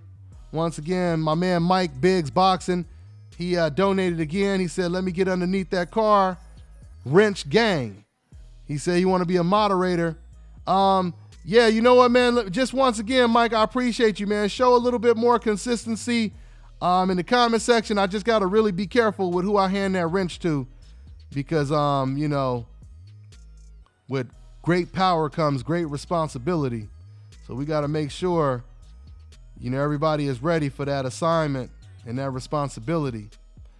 So that's what it is, man.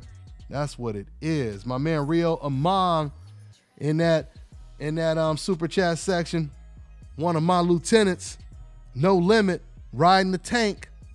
Y'all know what it is. So with no further ado, oh yeah, and special, and thanks to my special guest, just in case y'all missed it, undefeated knockout artist, flyweight, former champion, Dewayne Beamon. He dropped by to talk about what he had in store. He's going to be fighting on the Lomachenko versus Linares, the undercard. He also came to report, he came on the show to report what Canelo Alvarez had to say about fighting in Las Vegas. He said that Canelo Alvarez told him directly, I'm never fighting in Las Vegas again.